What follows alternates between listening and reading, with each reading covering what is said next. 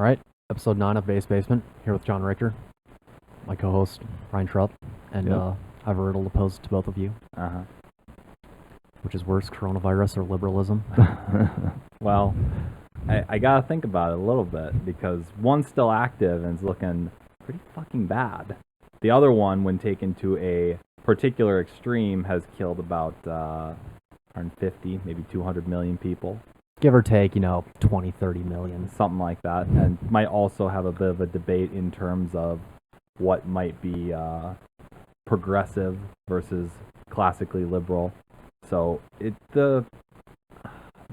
what's the phrase? The jury's out, so to speak, because obviously liberalism has had a bit of an effect where we can speak like this, but you take it a bit too far in a certain direction, and you're going to end up with something we certainly don't want. So Controlling supply and demand, and the gulag system, of course. Yeah, if you don't comply. Detailed in the gulag. Don't comply, you're archipelago- gonna die. archipelago. Comply or die. Yeah, so that's one side of it, but then we have the coronavirus. This is from the coronavirus breaking news account on Twitter, 3 to 5 hours ago, with each of these screenshots. Oh, jeez. All right. Italy's Lombardy yeah. region, which includes the city of Milan, bans public events to stop the spread of coronavirus. Yeah. Unconfirmed reports about 1, 5, or 7 cases in North Korea have Mhm. been denied by the government, of course. Mm. And then this is just recently, 3 hours ago. Turkey's national border with Iran has been blocked. Israel quarantines 200 South Koreans at a military base in Jerusalem. And then the Diamond cruise ship reports 57 new confirmed cases of coronavirus, bringing the ship's total to 691. This is on top of Afghanistan closing its border with Iran, on top of Russia and Mongolia closing their borders like Yep. 2 weeks ago with the Chinese. Yep. No Chinese nationals allowed to travel into the Russian Federation. A couple of cases near Hanoi, all throughout the Southeast Asian region. Yep. And Iran. And now it's in Iran. 8 deaths, 43 confirmed cases. And then coronavirus cases in Italy climbs to 132. Italy to put 11 towns under lockdown due to coronavirus outbreak. And then coronavirus cases in South Korea surpasses 600, the total. This is something that's already surpassed SARS and MERS and has passed Ebola in total infections. And keep in mind, it took Ebola about 4 decades to be able to get to where it was. Oh, jeez. This has passed it in 2 months. Far more contagious. Passed it in 2 months. It so much stuff has come out on They're it. using, like we were talking about before, anti-malaria. Anti-malaria medication, AIDS cocktails. Because of course, they found a strain that typically belongs in HIV within this flu virus, something that's never been seen before. Color me surprised here as to what the hell's going on. Wow. Reports of mutations are starting to crop up depending on the particular region that the virus is in. I think my favorite was the Iranians, not that tweet, but an update, like I think yesterday or 2 days ago, saying, just off the cuff, oh, we have 2 cases, and then 3 hours later, oh, we had 2 cases. They're both dead now. Oh, my God. No confirmation as to whether those 2 cases died from the disease or not, considering this is Iran, but all the same, Right. it's they enough got to send whacked. it's enough to make you panic a bit, because Iran has a lot of those major city hubs, like, not to the extent of China, obviously, but it certainly was a Western nation at one point, or at least Western influenced, and it had a ton of infrastructure that this thing could run rampant on. And especially now that it's election time over in Yeah. Iran, they're not stopping the elections. I don't get why. There's only one candidate to ever vote for. That's the Ayatollah. Right. So, Right. what's the point here? Just these cities with high population densities. Once it hits India, Calcutta, Bombay, New Delhi, and stuff like that, Yeah, or cities like those ones, it's just gonna wreak havoc. right. And especially you said Spread like it has a crazy.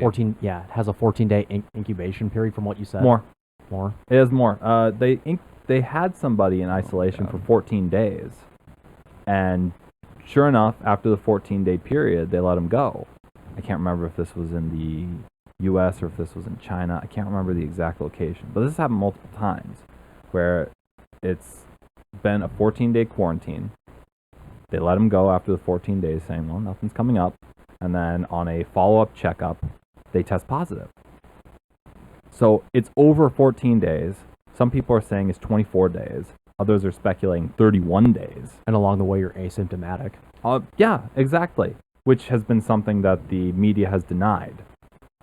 Very, very fiercely, might I add, when this first report started to come up. There's always been this MO that the media has denied any sort of developments that have come along with it, whether it was the asymptomatic spreaders, whether it was the incubation period being hypothesized to be over 14 days, whether it was the videos of the Chinese killing their pets because they thought that they were getting infected. The media all called it Chinese xenophobia.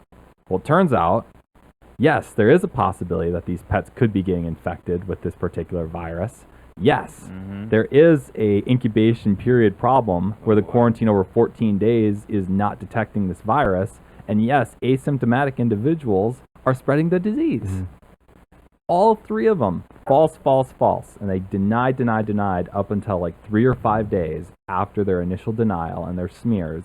And they come out and said, oh, well, maybe there's a bit of truth to this. Yeah. Maybe. And it's funny that the mainstream media, despite downplaying it, is still kind of cracking everything open, while the Chinese state-run media is trying to keep it under wraps, of course. Right. Well, they're desperately trying. All of their social media, like filters, I suppose they go through, are desperately trying to keep this under wraps. They've silenced doctors. There's been civilian journalists who have gone out into the Hubei province and in the city of Wuhan and have tried to record what exactly is happening.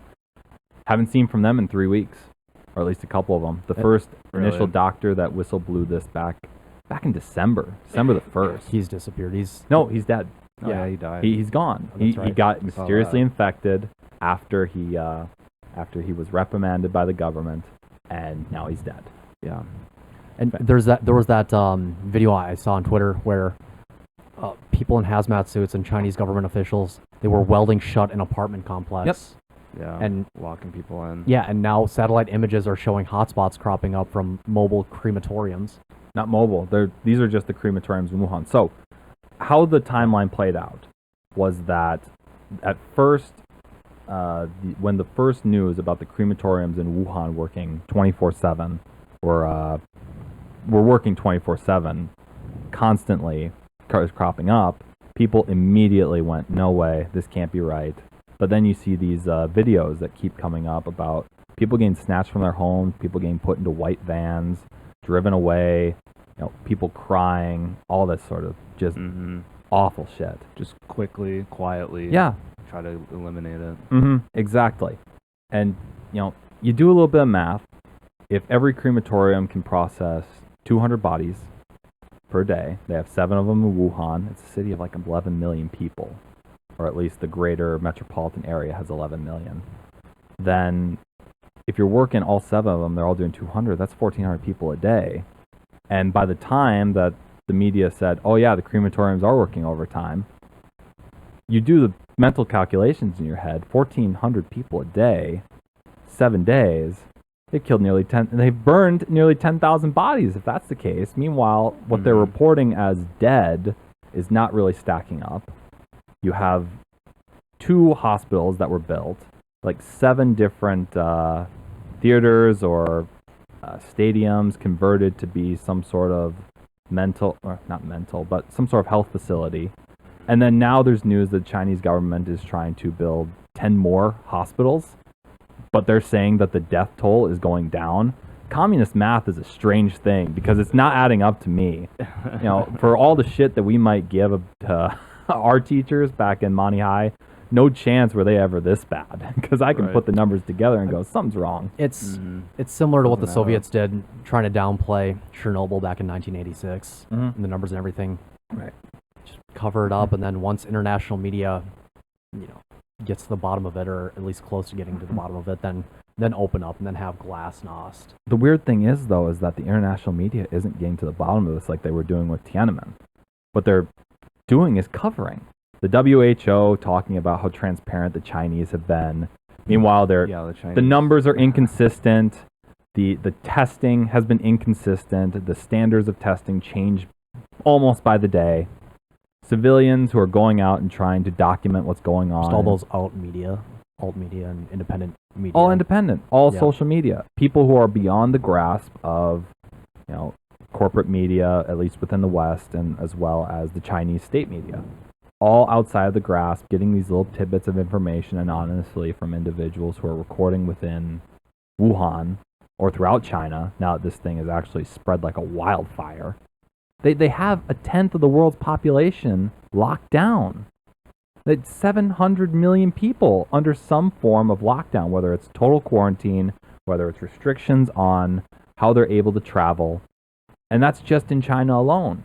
When a tenth of the population is locked down, when countries are closing their borders off to the second largest economy in the world, when people are telling the government, we're not going back to work, and the government is telling them, yes, you will, or you're going to go into those little koofing camps, or coughing camps, but we call them koofing because memes.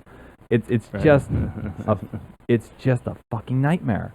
And you wonder what exactly is going to happen. There's so many things that are thrown out there. Does this just affect Asian people? Right. Which would be stupid for the Chinese to only affect that particular group, because if something like this did happen, I suspect that they want to take everybody down, which Right. leads into the mutation theory. Everybody's reporting different mutations that they're seeing within their respective labs within their countries of origin.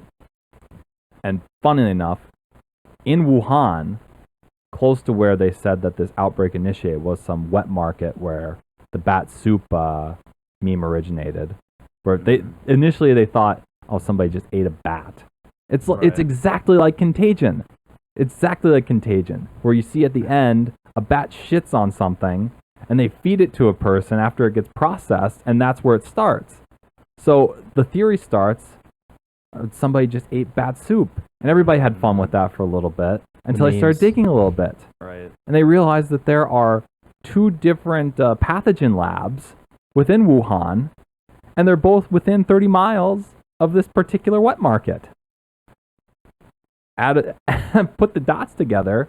Oh, we best start looking at where Chinese nationals are within our health industries. Oh wait, 6 months ago in Canada, two Chinese nationals who were scientists working on some sort of international lab working on HIV were both busted for sending data back to Wuhan without the That's right. consent of the Canadian government. Yeah. And then, just about a month ago, a Harvard professor gets caught helping a lieutenant of the Chinese Communist Party giving information on pathogens.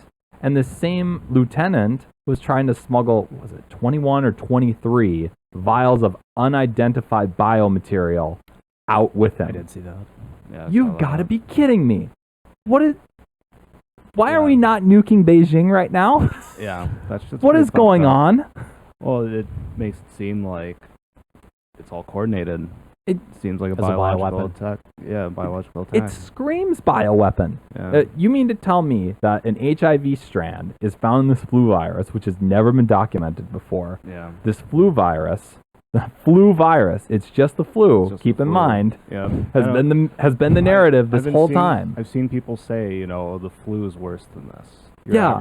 Your common flu is Yeah, worse the than flu this. kills a lot of people, but it doesn't kill them this quickly, nor this rapidly. Yeah. It's killing young and old indiscriminately. Doctors who are 36, 29, young children are dying either of the flu or because their parents are taken away because the parents are suspected to have the flu. And now the Yeah. kids can't fend for themselves and are falling out of rooftops, not being fed, just alone. Just alone. Yeah, it's terrible. And they're ordering mobile crematoriums in China. The U.S. military has been getting ready for some sort of pandemic and preparing different quarantine zones, all real hush-hush, while people talk about the election. The FBI has put in, and everybody can look this up. If you don't believe us, look it up. You can find this information. The FBI put in an order for hand sanitizer and face masks to the tune of $40,000 and gave the companies they put these orders in 1 week to be able to get it ready. Now, if it's not such a problem, why not a month? Yeah. Why not 3 weeks? Seems pretty immediate. It seems like 1 week. something's up here. Yeah. Seems very interesting. So, and you're saying quarantine zones across the U.S.? That's what they seem to be setting up. Hell, they already have people quarantined across the U.S. Those two motherfuckers in Omaha. Oh, Nebraska. we'll get to them. But the bigger thing is that they have 6,700 people in California. This is from the San Francisco Chronicle. 6,700 people in California are under a form of quarantine where they're asking them to stay home. Just stay home. Really? If you've had any sort of contact, if you came from China in any capacity, or if you know somebody from China even, Yeah. just stay home. Just don't go out. Because this thing, they're hypothesizing for every one person infected, they can infect 4 other people. 4. Wow. Yeah. Imagine So you can infect your whole family. one Easy. becomes 4, becomes 16, because just exponential math. Yeah. Just kick the snowball down the hill, see how big it gets. Oh, don't lock down your borders. Oh, don't be nervous when a Chinese individual coughs around you. That'd just be xenophobic. Yeah. Just let them cough on you. Yeah. Go ahead. And here's how bad it is economically. This is good. Screenshot I got earlier today. According to a report in Carbon Brief, the disruption in China's economy has meant that the country has emitted about 25% less CO2 into the atmosphere over the past 2 weeks than it would if businesses were operating as normal. Traditionally, everything shuts down in China for the Lunar New Year celebrations, then kicks back into gear a week later. But not this year. Factories and other businesses have remained shuttered. Coal use at power plants is at a 4-year low. Oil and steel production are both lower than at any point since the Chinese economy suffered a slowdown in 2015. And domestic air travel has been seriously curtailed as the Chinese government attempts to contain the spread of the epidemic. All told, this equates to about 100 million fewer tons of CO2, carbon dioxide, in the atmosphere, or a 6% reduction of global emissions. Assuming that China's economy doesn't get put into overdrive to compensate, that could well mean that we see global CO2 levels remain flat or even possibly decrease slightly by the end of 2020. Greta would be happy. Yeah, so she wouldn't even need to give a speech in China or India. They're liquidizing stuff and putting it into their economy to keep it afloat. Not to mention, all that data just thrown out, but a couple of Chinese have been keeping an eye on Wuhan and looking at the CO2 emissions. Mm-hmm. Sure enough, there's still a lot coming out of it. Now, if that crematorium story is correct, we're putting 2 and 2 together. Something tells me that these hospitals aren't exactly hospitals in the traditional sense as we would think about them. Right. Especially when you hear about those first 2 hospitals that were constructed and you see videos that come out of China of them, which, by the way, the infrastructure is terrible. Leaks everywhere. Just the perfect conditions for it to be spread. Even in sterile hospitals, we saw in stories out of South Korea where it's reached like 90 people infected within a hospital, and it's the most sterile place. Doesn't it make you think a little bit that the place where you go to be treated, somehow it's spreading the fastest? Right. Makes you just ponder a second. But Well, yeah, what's their game plan here? there's no game plan. They fucked up. Just a mistake? Yeah, I think the Chinese are incompetent idiots who were building some sort of bioweapon behind everybody's back, which, granted, superpowers will do a shit ton of stuff behind everybody's back anyways. This is nothing new. Right. But the difference is that they don't fuck up when they do it. China has seemingly fucked up severely in doing something here. So they shot themselves in the foot. They shot themselves in the foot, and they seem to be taking everybody else down with them with their death plague. And in 2017, I read, I think in an article or story, that there were a few government officials from the CDC who warned them about what they were doing in Wuhan. But by the way, Chinese have denied any help from the U.S. or the CDC in trying to maintain this.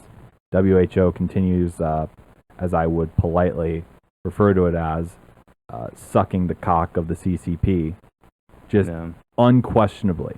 Just, your transparency in handling this. Yeah, right. President Xi, you've done such a great job, sir. Yeah. Well done.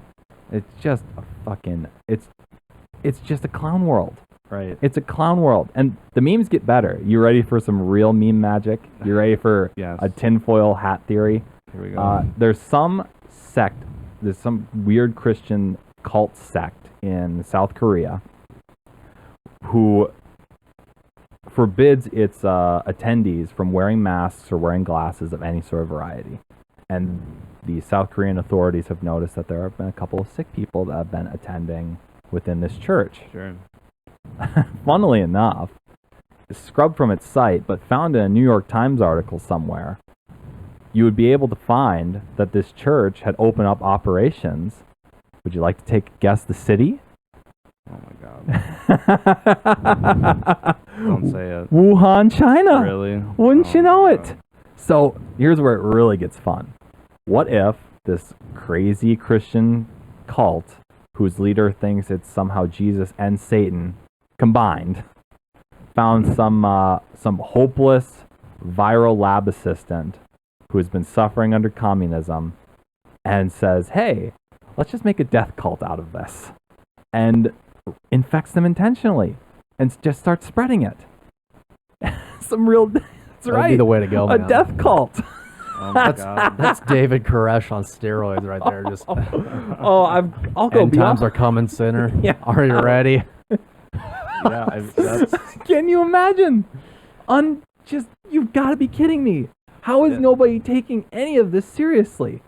I guess it's a possibility, isn't it? Anything's a possibility at this point when you have a mutating virus that gets treated by an AIDS cocktail, Yeah. by anti-malaria medication, by steroids, antibiotics. They had to intubate you, probably. And oh yeah, if you get reinfected, they've noticed that might mess up with your reproductive system a little bit. Just give me a break.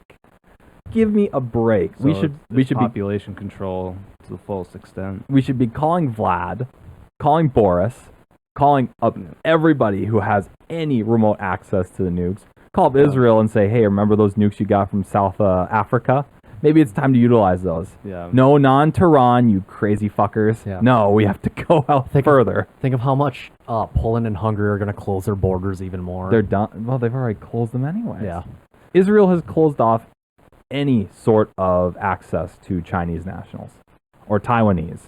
Anybody. They're probably going to close it off to Koreans en masse. If they're already quarantining people within, a military base in Jerusalem, India is quarantining soldiers right now. I'm surprised it hasn't ripped through them yet, but give it some time. This thing seems to snowball slowly, but if we're going to be paying attention to anybody, it's going to be South Korea and the Italians. Right. The Italians, initially, with Corona, we thought, well, maybe it just primarily affects Asian individuals, like sickle cell, to an extent, at least is the theory, is that it targets a particular group of individuals who are interrelated to a point. But then once Italy started really closing its stuff up, and you start seeing news about deaths of, not just Chinese Italians, but Italian Italians, then you realize, oh shit, Right. this isn't good. affecting those small towns on the boot, and then they're shutting down, man. It's already got up to the north, the most populous right, portion Milan. of it. Yeah. Jesus Christ. It's knocking on the door of Germany. There's already cases in France that were spread because of Chinese tourists who, by the way, skirted any sort of quarantine by their government. Partially, I can't blame them, but I can also say, go fuck yourself for skirting that, because now you've opened up the rest of us to be infected. The UK seemingly, I saw an article 2 weeks ago, can't find 400 passengers that got off a flight to Wuhan before this started being treated fairly seriously. Can't find them. So they just They're disappeared. fucking magic. Gone. Yeah. And of course they're going to be gone. They don't want to go back. They don't want to be quarantined either. Yeah. And then you have that couple, like Driver had mentioned, that was on the Japanese death cruise, the Princess Death Plague, as I'd like to refer to it as, who were tested, quarantined by the Japanese government, didn't test for 14 days, said to the U.S., oh, we're fine. Japan didn't find anything. Flew them back into Omaha. Who knows how many people might have been on the same plane as them? Who knows how many people might have been in the same airport as them? And now all of a sudden, the husband's starting to feel real ill, and the wife is holding out, like, oh yeah, they have to test me too. They lied to everybody. These fucking entitled boomers who just wanted to get home were willing to fucking risk everybody's health because of it, And now it's not just on the coasts. It's not just in California and up the West Coast. It's not just in New York. No, now it's in the fucking interior. The heartland, right in the yeah. middle Great. of the whole country. Fantastic. Wonderful. We've already had confirmed cases throughout the U.S., right? Well, there's a couple in Madison, if I remember right. Yeah, Few in Wisconsin. Few in Wisconsin. Oh my God, really? Yeah, there's a couple in Wisconsin. You know, and honestly, if the coronavirus just took out Wisconsin, California, and New York, I'd be totally fine. Well, we'd be able to colonize Wisconsin. Greater Minnesota.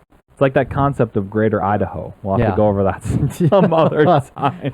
Have you heard of that? No, I've not. No? There's a Greater Idaho. Oregon conservatives, the people who aren't from Seattle or Portland, are saying, well, we just want to get the fuck away from you crazy people since you'll always beat us in every single election. Right. And we'll just join with Idaho. There you go. Legitimately, It's like now Northern California. talking about not seceding from the Union, but seceding from particular territories and joining up with other territories in the Union. Yeah. Northern Cali individuals like the idea. People in Washington like the idea. Mm-hmm. I don't know how Idaho feels about it, but Right. it seems like this is the most More of a tax base for them. Well, this is the most attention Idaho's gotten since Boise State beat Oklahoma. Yeah. So I True. feel like it's a win-win for them. Definitely. Could be like People actually want to go to Idaho. they're gonna move there.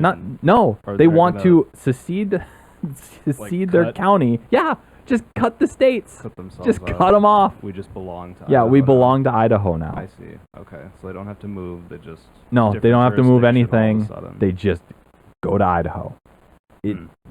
I would love to see a More bleeding. tax kettle for Idaho. I'd love to see a bleeding Idaho, like a bleeding Kansas type Yeah, scenario. Yeah. Just be ridiculous.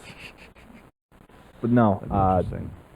when you get back to the topic of the coronavirus, or you call it Kung flu, I call it the Wu flu The from Wu Wuhan. People are more affectionately referring to it now as the Chinese death plague, because we have the Spanish flu. We might as well just name this after where it came from as well. It's been about 100 years since we've had some massive pandemic that took out 30% of the world's population. Let's go for it. Yeah. Why not? Take ownership, China. You did it. Take a bow. Right. It doesn't matter how this turns out, whether it's from bats, whether it's from poor hygiene, some sort of mutation, whether it actually is a biological weapon, which should be a casus belli for the whole of the world to dismantle the Chinese state. Mm-hmm. It doesn't matter. China looks like shit. Yeah. They look like utter shit because of this. And if there's one thing the Chinese cannot stand, it's being laughed at and ridiculed. Mhm. And oh It's their boy, image. if somehow this thing doesn't snowball into the point where I think it will, then they're going to have a whole lot of butthurt on their hands, because the whole of the world will never let. You thought Tiananmen's bad enough with us saying Taiwan #1 to them constantly? No, we will. The whole of the world should go into DayZ servers where Chinese hackers are, type out in Google Translate, nothing happened in Tiananmen Square in 1989, translate it to Mandarin, simplified Mandarin, and post it and get all of them banned, which is something that happens, by the way. Well, the Chinese Yeah. government already went after South Park after they made fun of them. on that It's episode. so incredible Yeah. to watch them lose their minds about this sort of stuff. There's no banter. Mhm. Like, if the Aussies are the absolute pinnacle of shitposting and banter, then the Chinese are just, what was one of the Democratic candidates? John Delaney? Yeah. The John Delaney of banter. Yeah. They can't fucking do it. We have the Bernie of banter, supposedly, in the Australians, and John Delaney's are the Chinese. Yeah. Bernie should go give a speech in China about how well communism is working and how it's definitely not unfolding. Yeah. Yeah. Yeah. We need more of this. The coronavirus is contained. Everything is good. That's such a great transition, too, because he just won Nevada. Yeah. Nevada has proven itself worse in Iowa, by the way. Mhm. Yeah. Proven Iowa, itself worse. where the DNC spent what, 70 grand on an app that was supposed to count caucus votes or whatever. Right. And then the DHS offered to test it out and see if it works, and it didn't work. And the people in charge of making the app were friends. Clinton and, shills. Yeah. They were all They're friends of Clinton and Buttigieg. And They were all Clinton orbiters of some variety. Every single one of them. You knew the fix was in, and Bernie still won, at least in terms of votes. But then on delegates, they did some of those fucking coin flips. Yeah. And like I was 5 like, precincts. wait a second. There was video footage coming out Yeah, of them doing coin flips. The guy flips the coin, catches it, puts it on his hand. sees what it is and then puts it on Boom. his fucking hand. Yeah, sees it, flips it, and then flips it around, I think, as well on top of his hand. And then Buttigieg wins. Buttigieg wins. So I love democracy. I love election year, and I love democracy because this is just the bullshit that you get. It's amazing how these things happen time and time again, and people just keep coming right back saying this is legit. I hope he does get screwed in Milwaukee, well, by the way. We know Bernie. he's not Yeah. going to win. Yeah. Well, there's talks of Bloomberg making it an open convention, Right. regardless of the delegate count. I want to clarify. I don't want to see Bernie screwed because I dislike Bernie. I'm all for fairness in elections. Mm-hmm. But the sheer entertainment value of seeing Bernie win from Iowa to Nevada to South Carolina, if he does win it. Mm-hmm. He didn't win New Hampshire, did he? I can't remember who. He was I think very he did. strong. I think Buttigieg won it, but he was very strong in it. Check. Yeah, check that, Jamie. Pull that shit up, Jamie. But no, if he wins those three big ones, because that's middle of the country, that's the western side of the country, and then Yeah, he won in New Hampshire, but it Right. was really close, I think. well, New Hampshire, South Carolina might be a better Test. Oh, test you bet. for him, or a better measurement, suppose, of his support in Dixie. Mhm. Because if he's getting strong support in Dixie, which I think we all still consider South Carolina to be, it is SEC country after all. Yep.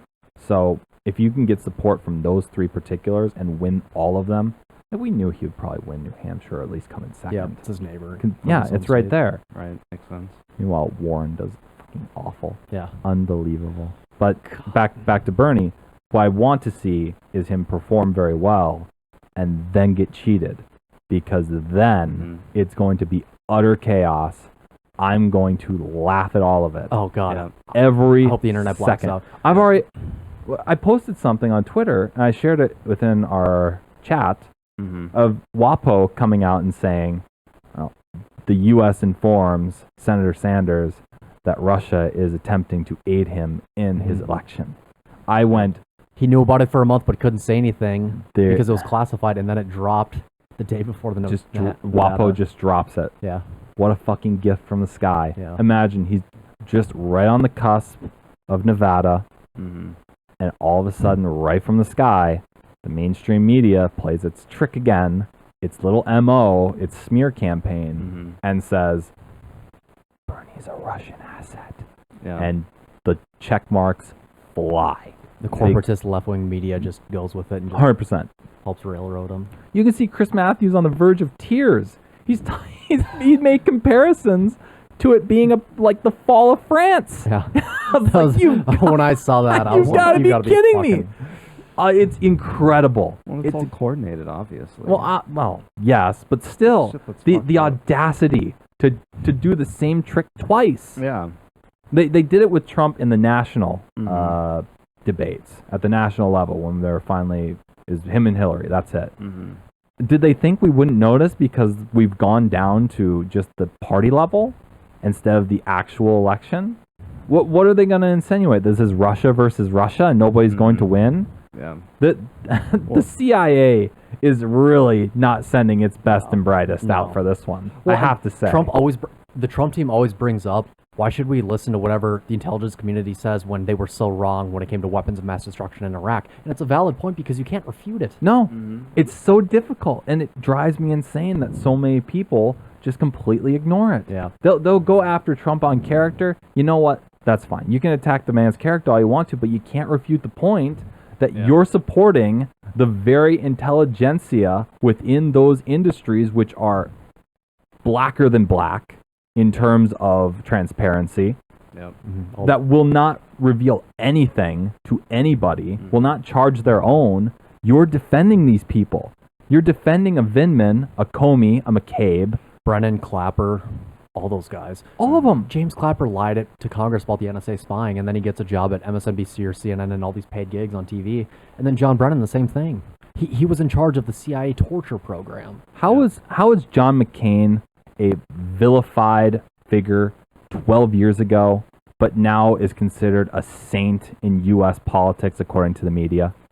How does this happen? Anti-Trump. Yeah, Donald J. Trump. That's how. Yeah. It's The left. infuriating. Ask it- a Democrat what their opinion is today on McCain, and they will say, well, at least he opposed Trump. Exactly. He's a neocon He's a that neocon, bloodthirsty orchestrated. warmonger, and he's in his naval career. He has crashed. I don't know. Most people don't know this. He's crashed 5 fucking planes in his naval career. Mm-hmm. Didn't take him down. Didn't take the Bushes down. Didn't take the Clintons down. Didn't take McCabe, Comey. Name after name after name after name. And Trump keeps appointing name after name after name after name that belongs to this intelligence apparatus, which keeps getting him in shit. Exactly. Yeah. Mattis, yeah, part of that same intelligence intelligency apparatus. Yeah. It recommended to him. Who was his first AG? Keebler Elf. I forget what the name is. Senator from Texas. No, Jeff Sessions was the Sessions? first AG. Okay, believe Sessions. Sessions was the first one. And then after he was out, Wasn't he he a was senator from Texas though? That's Alabama? Alabama. Wow. Yeah. And then He'll be getting that seat back. Good luck, Yeah. Jones. yeah. Well, and who's the attorney general now? Barr. Bill Barr, Barr, that's right, William yeah. Barr. You as the moment that appointment was made, I said this is a mistake Yeah. because now look what's happening with the Roger Stone case. Yeah, that family. Trump could easily pardon him, but the fact that he's not going to, well, hasn't yet pardoned Roger Stone or said, you know what, I'm going to pardon him and everything. It's, you gotta wonder if he's getting blackmailed or something, or if there's Of course, they're something else getting at work. blackmailed. It's the same thing with Obama and talking about where we got to pull out of Afghanistan and Iraq and Yeah. all these sorts of things. He made all of these wide promises to end the wars, and that's what a lot of people voted for. But then, constant maintenance of a force, a peacekeeping force within the Mhm. region, which seemed to agitate a lot of the locals. Shocking, by the way, to understand that somehow that behavior was Yeah. going to be noted. occupying. An occupying force of people who are from 3,000 miles away, still, still on our soil after they bombed us back into the Stone Age. Yeah, this is going to go over very well. Of course. Welcome. Come in with open arms. Just occupy us. Yep. You've got to be kidding me. When Obama says we're going to end the wars that Bush started, and still maintain, Yep. and expand he still the drone maintained it and program expanded it. So you got to ask yourself, why did he do that? Was he lying at the beginning? Personally, I don't think so. But what I think is that he got a bunch of these intelligence community latcher-ons or career individuals You bet. whispering in his ear, well, Mr. President, if you do this, then we're just not going to be safe. We have to do this, this, and this. These are recommendations. We're telling you this is what you have to do. And after a while, a man's soul can be worn down by a job like that and by people whispering in his ear, and he eventually said, fuck it. So many special interests. So many special Just interests. leave me alone. Just leave me alone and complex. kill as behind many that. of them as you want. Yeah. Just fucking leave me He alone. really did just kill with recklessness and whatnot. He killed an American citizen without trial. Anwar al-Awlaki. Not mentioned. And I'm pretty sure his daughter too. Yeah. Or somebody that was related to him just got roasted I think it in was a his drone. son. Yeah. Yeah, probably. Yeah. Got roasted in a drone strike. It showed the car as a picture on at the assassination complex by Jamery Scahill. Right. And by the way, the person who leaked the drone documents, thanks Ryan, his name was Daniel Hale, not Nathaniel Hale, Oh. the American Revolution spy. But yeah, but along Wouldn't those that same be lines, convenient though? yeah, like bravery and courageous. But Right. it's crazy how, like I was saying on episode 8 that we did last night, it's crazy how detailed the process is and what we know is going on just because of the leakers Right. who have massive balls and or Yeah. Your Assanges, your Snowden's, Mannings, you bet. a lot of them. But that then knowing all that about the intelligence community and understanding what exactly they represent, it's no wonder they're putting this little smear out to undercut Bernie. It's not a wonder. They're trying to get their candidate in as the Dem nominee. like they failed to do. Well, they're trying to do it, but they seem like they're going to fail to do it. Like they failed in 2016 to get either Cruz or Rubio. They really wanted Rubio. Yep. Back in 2016, they Definitely. really did. And then it fell apart Yeah, because, he won Minnesota. because of Trump's popularity. It just fell apart, and now Trump's fucking, to an extent, controllable. Trump can do anything, and his base will support him, I- conservative or Well, unconservative. yeah, the base will support him, which is usually dangerous to really think about, Mm-hmm. but acts almost as a check to the intelligence community's wide-reaching influence on American politics. You have to consider that without that widespread support that Trump gets, that almost unconditional support that he gets from a lot of these people, that without that, he'd be right at the whims of the CIA. Precisely. It's true. And he can't talk about ever dismantling. He rags on them every fucking second. And any second he's in front, he knows always not ta- to go JFK. Yeah, But he still It's goes like up to the that conversation line. we had. Every single individual who's really talked about, undercutting the intelligence community, who's been a serious political figure, who might run for presidency, JFK, RFK. Let's see. I think Ted might have talked about him once, but then Chappaquiddick happened, which I don't think was CIA related. I think he's just a drunk and a womanizer. Just a but trust fund baby. yeah, I just need Entitlement. It's just time to Great movie, by the way. know Movie know your now. place, Ted. Stay as senator. They'll Mhm. always elect you because you're a Dem, and that's it. Fuck, yeah, well, and he's a Kennedy in Massachusetts, and they kept voting for him, and it's just fucking crazy to me, the stuff the Kennedys got away with. And the fact that, Bobby and John, I think, in their core, just regardless of policy, I think they were great people, but like you were talking about the The intelligentsia intelligence and, community. Yeah. the military-industrial complex and whatnot, and oh god, JFK, just after, Bay of Pigs got fucked up, he hated him even more, and then Hey, that was, the three generals or the three soldiers who came with him or came to him with the proposal of Operation Northwoods, which was a false flag right. attack or operation proposal, and then he promptly rejected it. Yeah. He definitely saw government in general. I think he got the closest look out of anybody before his death of what government is, what the military-industrial complex is, even more so than Eisenhower, Smedley, Butler Right. in the past. What's I mean, devolved into. yeah, exactly. How it evolved. Not how it was when its foundation Yep. came into being, at least within sure. the American state, but how it was, post World War II and seeing what exactly was happening. Yes. We are so at the whim of a bunch of unelected, either military personnel or people who are just hired as part of, a CIA or an FBI or Definitely. Or NSA, Blackwater.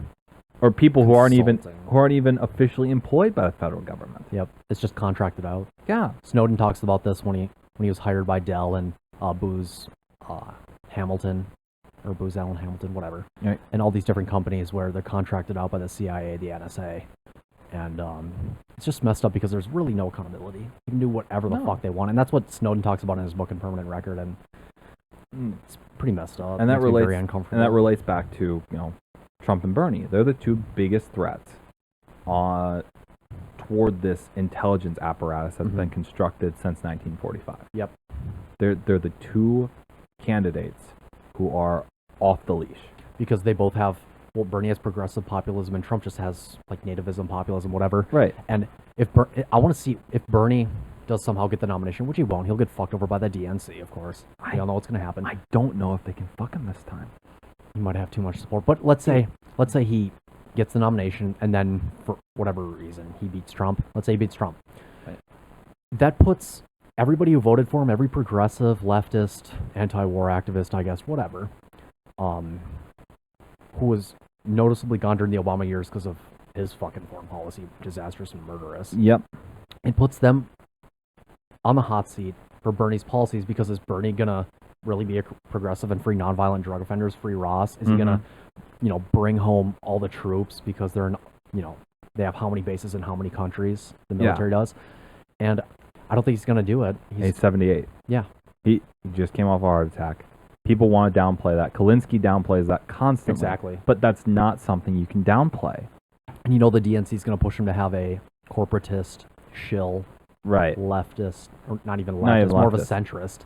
centrist vice presidential nominee. If he I'll take it even with him. if he says Tulsi, Oh yeah. a bullet is going in him. Oh, absolutely. So I think somebody will assassinate because him if he because mentions Tulsi will actually be. They'll have to fly separately. Well, Tulsi will actually be an attack dog. Mhm. Pence has not been an attack dog No. for Trump. Trump's his own attack dog. Yeah. But Bernie, I don't think has it in him in terms of his health to be an attack dog like Trump has been. Yeah, he's not fighting the DNC. He's actually like paying. He's still playing it Paying two the ways, fees, yeah. right? He's kind of the saying is have your cake and eat it too, but he's pushing the cake away while also starving Mhm. in some weird perversion of that saying, and that Tulsi's the one fighting for he him. knows that the DNC is trying to screw him, and yet he's still towing the line. It's incredible to watch. And it's like, why would he toe the line when he has so many supporters and he could pull so many supporters by calling the DNC corrupt? And they're already going to try to fuck him over anyways. And Right. why not, try to clap back a little bit, kind of like Tulsi does. And Tulsi stands up for him, and they fucked her over. And Right. she says, I have nothing to lose. Mm-hmm. And Yang could say something too. They could all have a platform. Yang joining CNN, just right off the bat, Yeah.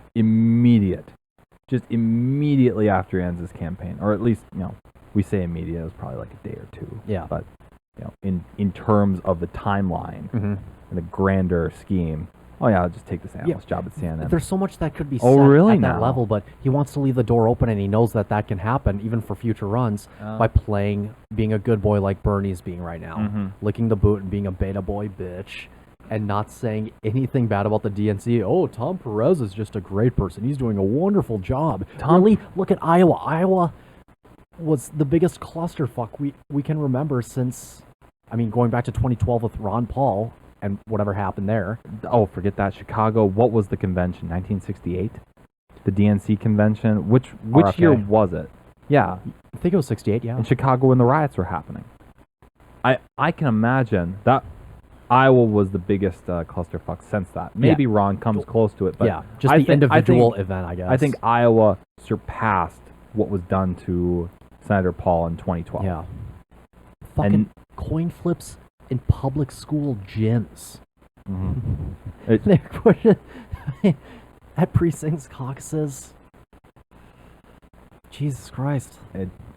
You can't convince me otherwise that the CIA is behind a lot of this shit, or the FBI, or just this apparatus, this Wiseman's Council, whatever Yeah. you want to try to refer to it as. There's a bunch of different metaphors for it. It's just so weird that the DHS offered to test the fucking app, which only cost, what was it, 70, 80 grand? Only. Yeah. Only. Well, for an app that Right, works, yeah. that's that important and works that well, you want it costing at But you least 70 consider who was publishing it. And Yeah. Only. Maybe that was by design. Yeah. Maybe. True. But oh man, it's crazy. It's weird when the left vilifies Bloomberg, not necessarily on his policies as mayor, because stop and frisk and some other policies and Oh, all the other- Republican policies. Yeah, exactly. You like the don't big say. Gulp. Yeah. Well, the big gulp ban or whatever, limiting the size and shit. Like all those policies were terrible. But it's weird when the left goes after Bloomberg for his business acumen and his business record, Right. because he built an empire. He's one of the best businessmen in the past century. He has fuck you money to Trump. Yeah. He can say fuck you with He has a net worth of like to Trump for $64 money. billion Mhm. and a media company, a financial data, whatever Yeah. software that he got involved in. But it's funny how shitty he was performing at the Dem debate, but then he just absolutely roasted. Yeah, and toasted Hour two, he Bernie. flipped it back. Yeah. So Hour awesome. 2. That was just. You're the most well-known Well, you knew the socialist moment he was, millionaire in the country, and Well, you have 3 houses. you knew the moment that he was going to jump onto that stage. Everybody was going to jump on him. Yeah. That was just Warren- he's the threat. Warren bringing up the NDAs. $364 million in advertisement money since he came into this debate. Yeah. Okay, fun. Let's see how far this rabbit hole goes. Let's see if this is something that's going to play out. Mm-hmm. I don't think the DNC really wants him because they know how it's going to look. Yeah. Because it'll be like He's not articulate. it'll be Trump will just yeah. Well, it'd be destroy him. it'd be like the RNC in 2016 all over again. The RNC really didn't want Trump. They didn't really have much of a choice, though, because that little split delegate convention between Cruz and whoever that nameless fucker was from Ohio. I can't remember. John Kasich. Thank you. Mm-hmm. And I will promptly forget it by the end of this podcast as well, because he was wholly forgettable. Mm-hmm. But, you know, I can see them having worries about this, going, if we do this, we are going to look like the Republicans back in 2016, where it's just the inverse. The Republicans took a New York Democrat, and now the Democrats might take a New York Republican. Think about how that looks on the DNC after they bashed the Republicans in 2016. Just relentlessly. How can Donald Trump be your candidate? How can you let this happen? That was the butt of the joke. Well, We thought the Republican Party was over. I remember this conversation with you. The moment they nominated Trump, we said, this is the end. Yeah. This is it. Now he'll just pass whatever gets on his desk, conservative or not. Of course he will. Yeah. No real, if it's on his agenda, he'll pass Yep. it. And the issue is that whoever he's passing, who knows if anybody's reading it. Yeah. Just think No. about what might be in these bills They get and put in thousands, there. hundreds or thousands Every of budget. pages for a few hours before the vote. And E- it's like, Jesus. Every budget. Meanwhile, I'm supposed to care that Nancy Pelosi ripped up some sort of speech. Yeah. Yeah. Give me a break. And the Republicans had momentum on that until that dumbass from Missouri started hopping on it and said, oh, I want to censure Nancy Pelosi. Get the fuck out of here, you idiot. Yeah. What are you doing? You're hurting the cause. Was that Josh Hawley? Yeah. Yeah, Maybe Claire just a McCaskill. fucking idiot. Ridiculous. It's weird that Biden and Bloomberg have said such dumb, nonsensical, and racist shit. See, when Trump does it, he's like kind of playing to his base and Popped on. Yeah, or he's maybe making a joke every now and then, like a politically incorrect joke. Right. But when Biden and Bloomberg say it, they're straight faced, Yeah. and everybody's even Dems are like, "What the fuck? Oh, Yeah, Why are they even in the shit. race What for was it? saying shit like this?" What was it that Biden fucking said? I think it was in Iowa when he said, "Here, he said something about poor kids and white kids." Yeah, poor kids. Yeah. He said that. He called some guy fat. Yeah, and he As said per something asking else where Hunter about was. said something else about furry legs. Oh Jesus! And of course, all the It's so clips of him good. kissing people on their cheeks, foreheads, and Just- lips. Family, relatives, doesn't matter. and- Young girls Yeah. or younger women, I guess I should say as well. There's a range there. It's just it doesn't look good in maybe 10 years ago. That's got gotta be the slogan, like you said. Just cut the malarkey right now. Cut the malarkey. Like, what are we from the fucking 1950s, 40s? Boomers love slogans. Oh, that's Boomers true. love slogans. Absolutely. They get behind it for cannot get slogans enough. and- It's just we're past that. Yeah. We're past that. We have in- the internet now. Yeah. That's weird. It's all about the memes. Yep. Exactly. Who's fluent It's in meme memes? magic, Yeah. which again they've tried to quarantine a lot of the internet that made meme magic happen for Trump, but we'll see if that's going to prove effective or not. They basically quarantined 4chan. The Donald has been quarantined on Reddit. Who the? You can still go look at it. You can still go look at it, Take but stuff off there if you want. good luck you're ever going to find it. Twitter, on Facebook, I took a photo of this. I think I took a photo on my computer. I didn't have on my phone, but one of my aunts or my cousins posted something about Bernie's math, trying to calculate how Medicare for all would work. Which again, as somebody who does math, I'm going in my head, well, there might be more variables to this than what this post leads on, but whatever. What the fuck does Facebook do but say, we have independent fact checkers Right. to look at this, and it seems like this is widely misleading. What authoritarian fucking nanny state shit is this? If you're dumb enough to not do the math yourself, like people are assuming that you are on their platforms, that's on you. Yeah. Well, when he says the rich are going to pay for it, the thing is, there's always that stat about if you tax every billionaire 100%, it would only fund the federal government for 6 months. What is it? Anywhere from 6 to 9 months or something like Yeah. that. Another thing too is, if Bernie, I think we talked about this before, if he unilaterally passed, a tax increase somehow, if he, got Congress on it, which would never happen, of course, but if he did, he said we're going to tax the rich at 80%. Well, the rich would just their assets already offshore anyways. Yeah. They've already offshored their money to Yeah. Switzerland, Cayman Islands, like Right. sea organizations. Yeah. Our tax laws are not incentivized to keep the wealth within the U.S. system. They'll, rich people will keep, like, the Mark Zuckerbergs, the Jeff Bezos, the Richard Bransons. They'll keep some money here, few assets here. They just have But to it's- reach for it. It's like yeah. these cups. If it's in the U.S., you reach here. If it's over in Switzerland, well, maybe I just have to reach a bit further, but Yeah. I'll still be able to grab it. Exactly. It's not like I'll have Yeah. a problem. So yeah, Bernie's math is fucked up, and there's this screenshot that's going around. It's going viral on Twitter and Facebook, and I'm just gonna read it off. Bernie Sanders said at the debate last night that he wants the minimum wage to be $15 per hour. $15. This is the times same post, I think. $15 times 40-hour work week equals $600. $600 times 52 weeks per year, $31,200. Bernie wants free health care for all and was asked how he would pay for it. His answer was raise taxes to 52% on anybody making over $29,000 per year.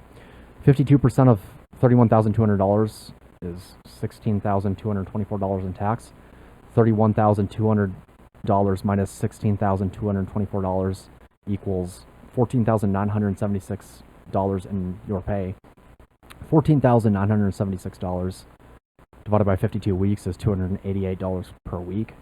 $288 divided by 40 hours for a work week is $7.20 per hour. Keep in mind for something that you may or may not use. Exactly. That's the thing. If you're a very healthy individual, you might not be using this shit. I can't remember the time I went to a clinic or hospital. Yeah. Yeah. But for something very serious at the very least, I mean, Yeah. I go get a checkup every now and again. It's smart to do. Yep. But all the same, I haven't had a major medical incident since I tore an ACL. And after, thank God for Ford Motor Company and its union to get good health care back then. But all the same, that's a private union, I should say. It's a private union. They can collect a bargain for that shit. For good health care with their insurance providers, as well as what Ford's going to provide for them. Now, what Bernie seems to not realize, and it's not even an economic concern, although that's very paramount in the thinking. We've had this conversation, I think, is that Probably. you want to centralize the whole of healthcare around the federal government. Okay, I'm following, but what happens when you die? Who inherits next? Well, Gen X will. Okay, then what happens? Well, the millennials will. Our generation. And then the Zoomers after that. Boomers are not nearly as militant as millennials are, and I cannot fathom it going well if a bunch of stuck-up millennials from either side of the aisle who are indoctrinated in these sorts of ideologies to a point of which they are going out into the streets and disrupting the everyday lives, not even of their opponents, but of people who might sympathize with them. Yeah. Going out there and you're giving them the whole of healthcare, what is going to stop them from, and they're going to be in the medical field as well, obviously. They're going to be everywhere. They're starting to take the positions, and they have taken the positions that the boomers have vacated through retirement. What stops them from looking at a individual, in a particular look, maybe a registered Republican, or even flipping on its script, registered Democrat as well, if the Republicans somehow find a way to regain or gain total control of the healthcare system, which is highly fucking doubtful, but Yep. fucking just let them die. Imagine having that power over an individual. That's say, what they do in Canada. They do that in do it in Canada. They ration healthcare. They do it in China, most definitely. Yeah. yeah. They say you're old, or even more horrifying, you have a political ideology that through social media we can easily figure out, So it's or Based on your social or score. based on based on social score, or based off of what a couple of Democrats and Republicans have suggested is just a national database of who votes for who, which is some fucking Yeah. Third Reich shit. yeah. Yeah. Well, This is like having the brown coat in the booth asking you, how you going to vote for the Anschluss? Yeah. Yeah. Oh, that was a Fucking banned Ernst word. Röhm I'm with sorry. The brown That was a shirts. banned Jesus. word. Well, that would be a modern day thing It's a to modern do. day comparison. If you have a national healthcare system and a social credit system, like the social credit system that China has, how do you think that's going to wind It's up? just some Black Mirror Once shit. that's Black Mirror shit. Yeah. That's fucking insane. China. To actually China. implement something like that Oh god. in any sort of capacity. Well, if there's And one then, totalitarian regime that could do it technologically, I mean, it would be China. And well, the Chinese, if you look at their history, whether it's the dynastic era, or the various different dynasties that ruled over it, or whether it's the brief nationalist China era under Chiang Kai-shek, even transitioning to Taiwan before Chiang's death, or under Maoist China, even after they liberalized their markets. mm-hmm. China, it's almost a thought, almost a reality, I should say, that China needs at least a little bit of totalitarianism in order to keep itself together Pretty much. with 1 billion people. Otherwise, it's going to fall apart. Meanwhile, its only counterpart really is India, and maybe us, because we've got about 350, 360 million at this point. Who knows how many individuals might be here illegally, which could bump that total up to 400 million. Definitely. But you look at India, and they're a republic right now, but without a little bit of totalitarianism, they didn't keep Pakistan. When the Congress and the Muslim leagues were jockeying for position with the empire and trying to figure out what the fate of the subcontinent was going to be, evidently the Muslim League won out and got its wish. But you have to think that if there was a bit more totalitarian, it's a scary thought, I know, but if there's a bit more of authoritarian, I guess, rather than totalitarian, and saying, no, we are all going to be India. This is how it's going to work. We are all going to get along. Then who knows? I mean, the U.S. has done this sort of thing as well with immigrants. If you're not of an Anglo bloodline, you're very likely an immigrant within this nation post foundation. Yep. Right? It was mostly the English that are all immigrating here from the home isles onto American soil, which made up 13 colonies before the Revolution and the establishment of the American state. Yep. Once the immigrants from Germany and other portions of Europe really started to come in bulk, the U.S. and its caretakers and government realized that there was going to be a massive problem here. And this is transitioning into the cultural relativism. Of course. Good old cultural relativism. They saw the cultures of which these people were coming from, and they said, if we let them come in bulk, we are going to become New England, essentially, on the West Coast, New Germany within the center.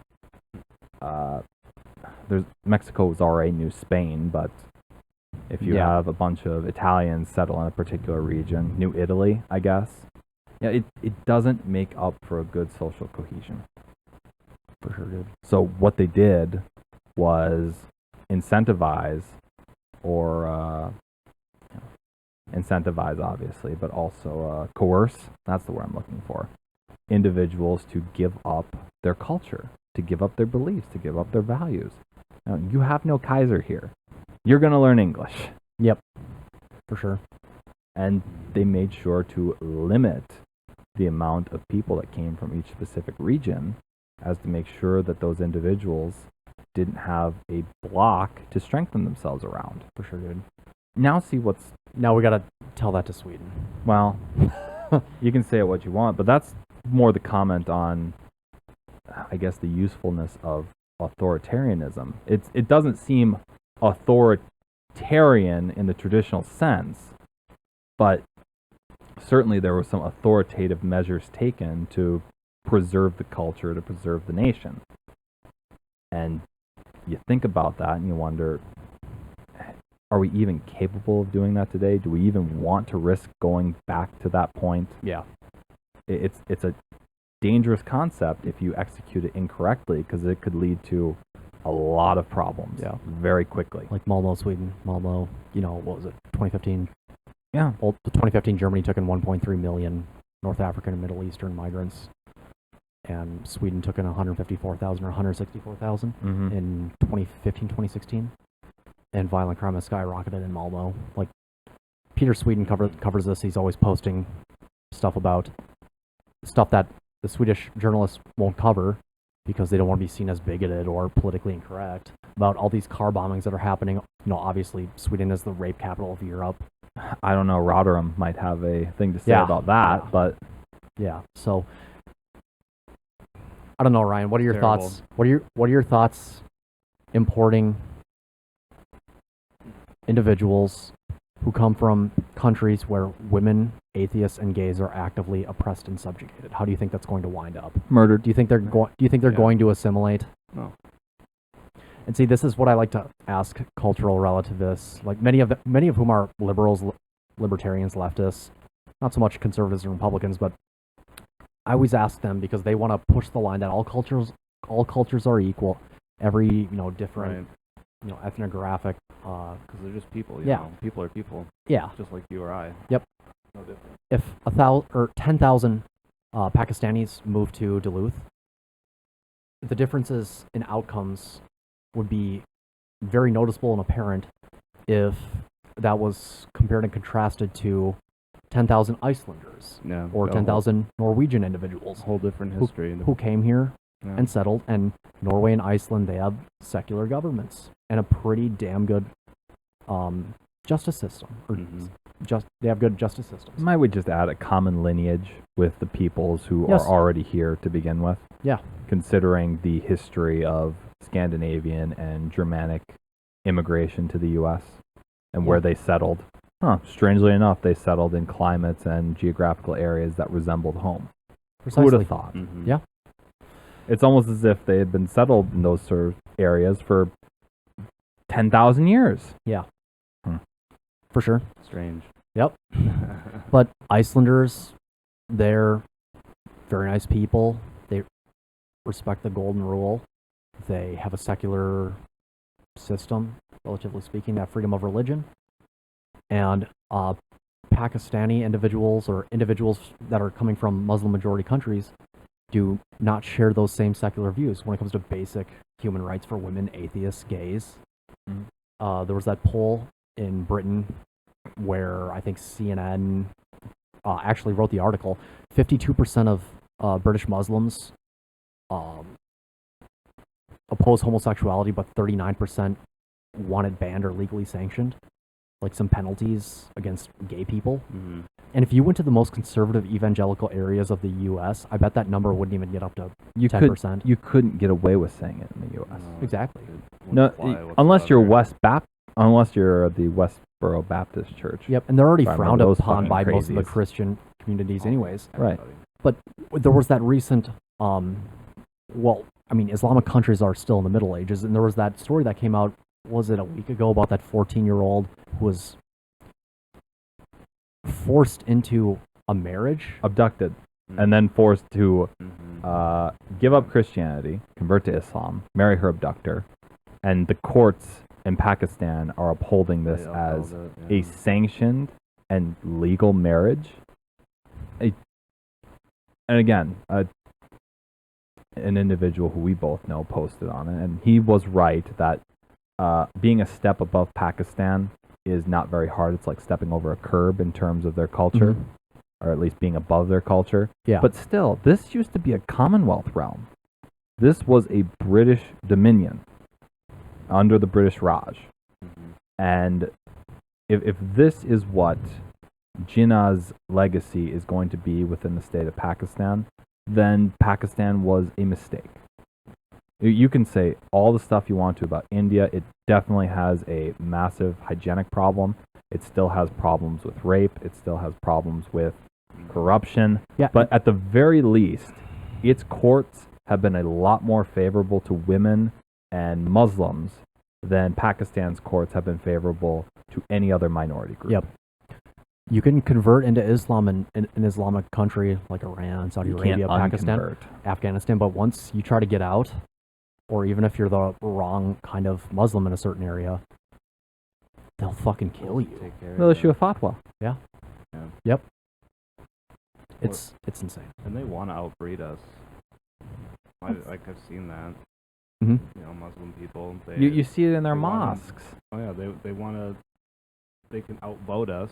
You know, they understand our system Mhm. well enough to the point where if they just get enough people in, they could take over a country and Oh, just for sure. based on voting. Definitely. And they'll spread Islam like they spread it and how they slaughtered the Sikhs over the past few centuries. Right. Because the Sikhs have always, throughout history, have just wanted to settle down peacefully and just Mhm. live their way of life on the They're- Arabian There's Peninsula and elsewhere. There's 600 years of existence within India. Not so much Arabia. Yeah. They didn't come from Arabia. It was mostly it's a weird. I can't remember who was the founder of it. Some sort of guru, but Yeah. But tens of thousands got slaughtered in India. Was it the 80s or whatever? it was Lahore. It was up in Pakistan. This was during the partition as well, and even pre-partition during times of instability within the Raj. But definitely during the partition, Sikhs were even killing their own daughters out of fear that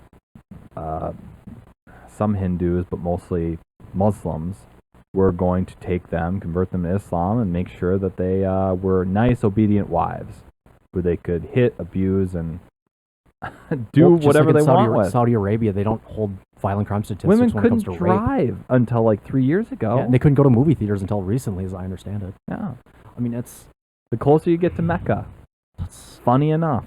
so fucking crazy. That's why I love hearing feminists spew bullshit about how America's a standard of patriarchy. Like I always bring up, it's like if you tried to protest in Saudi Arabia, especially without a hijab or the dress wear that you have to legally wear. You get beaten, taken away. Yeah, if you're Even while you're wearing that, you can't protest.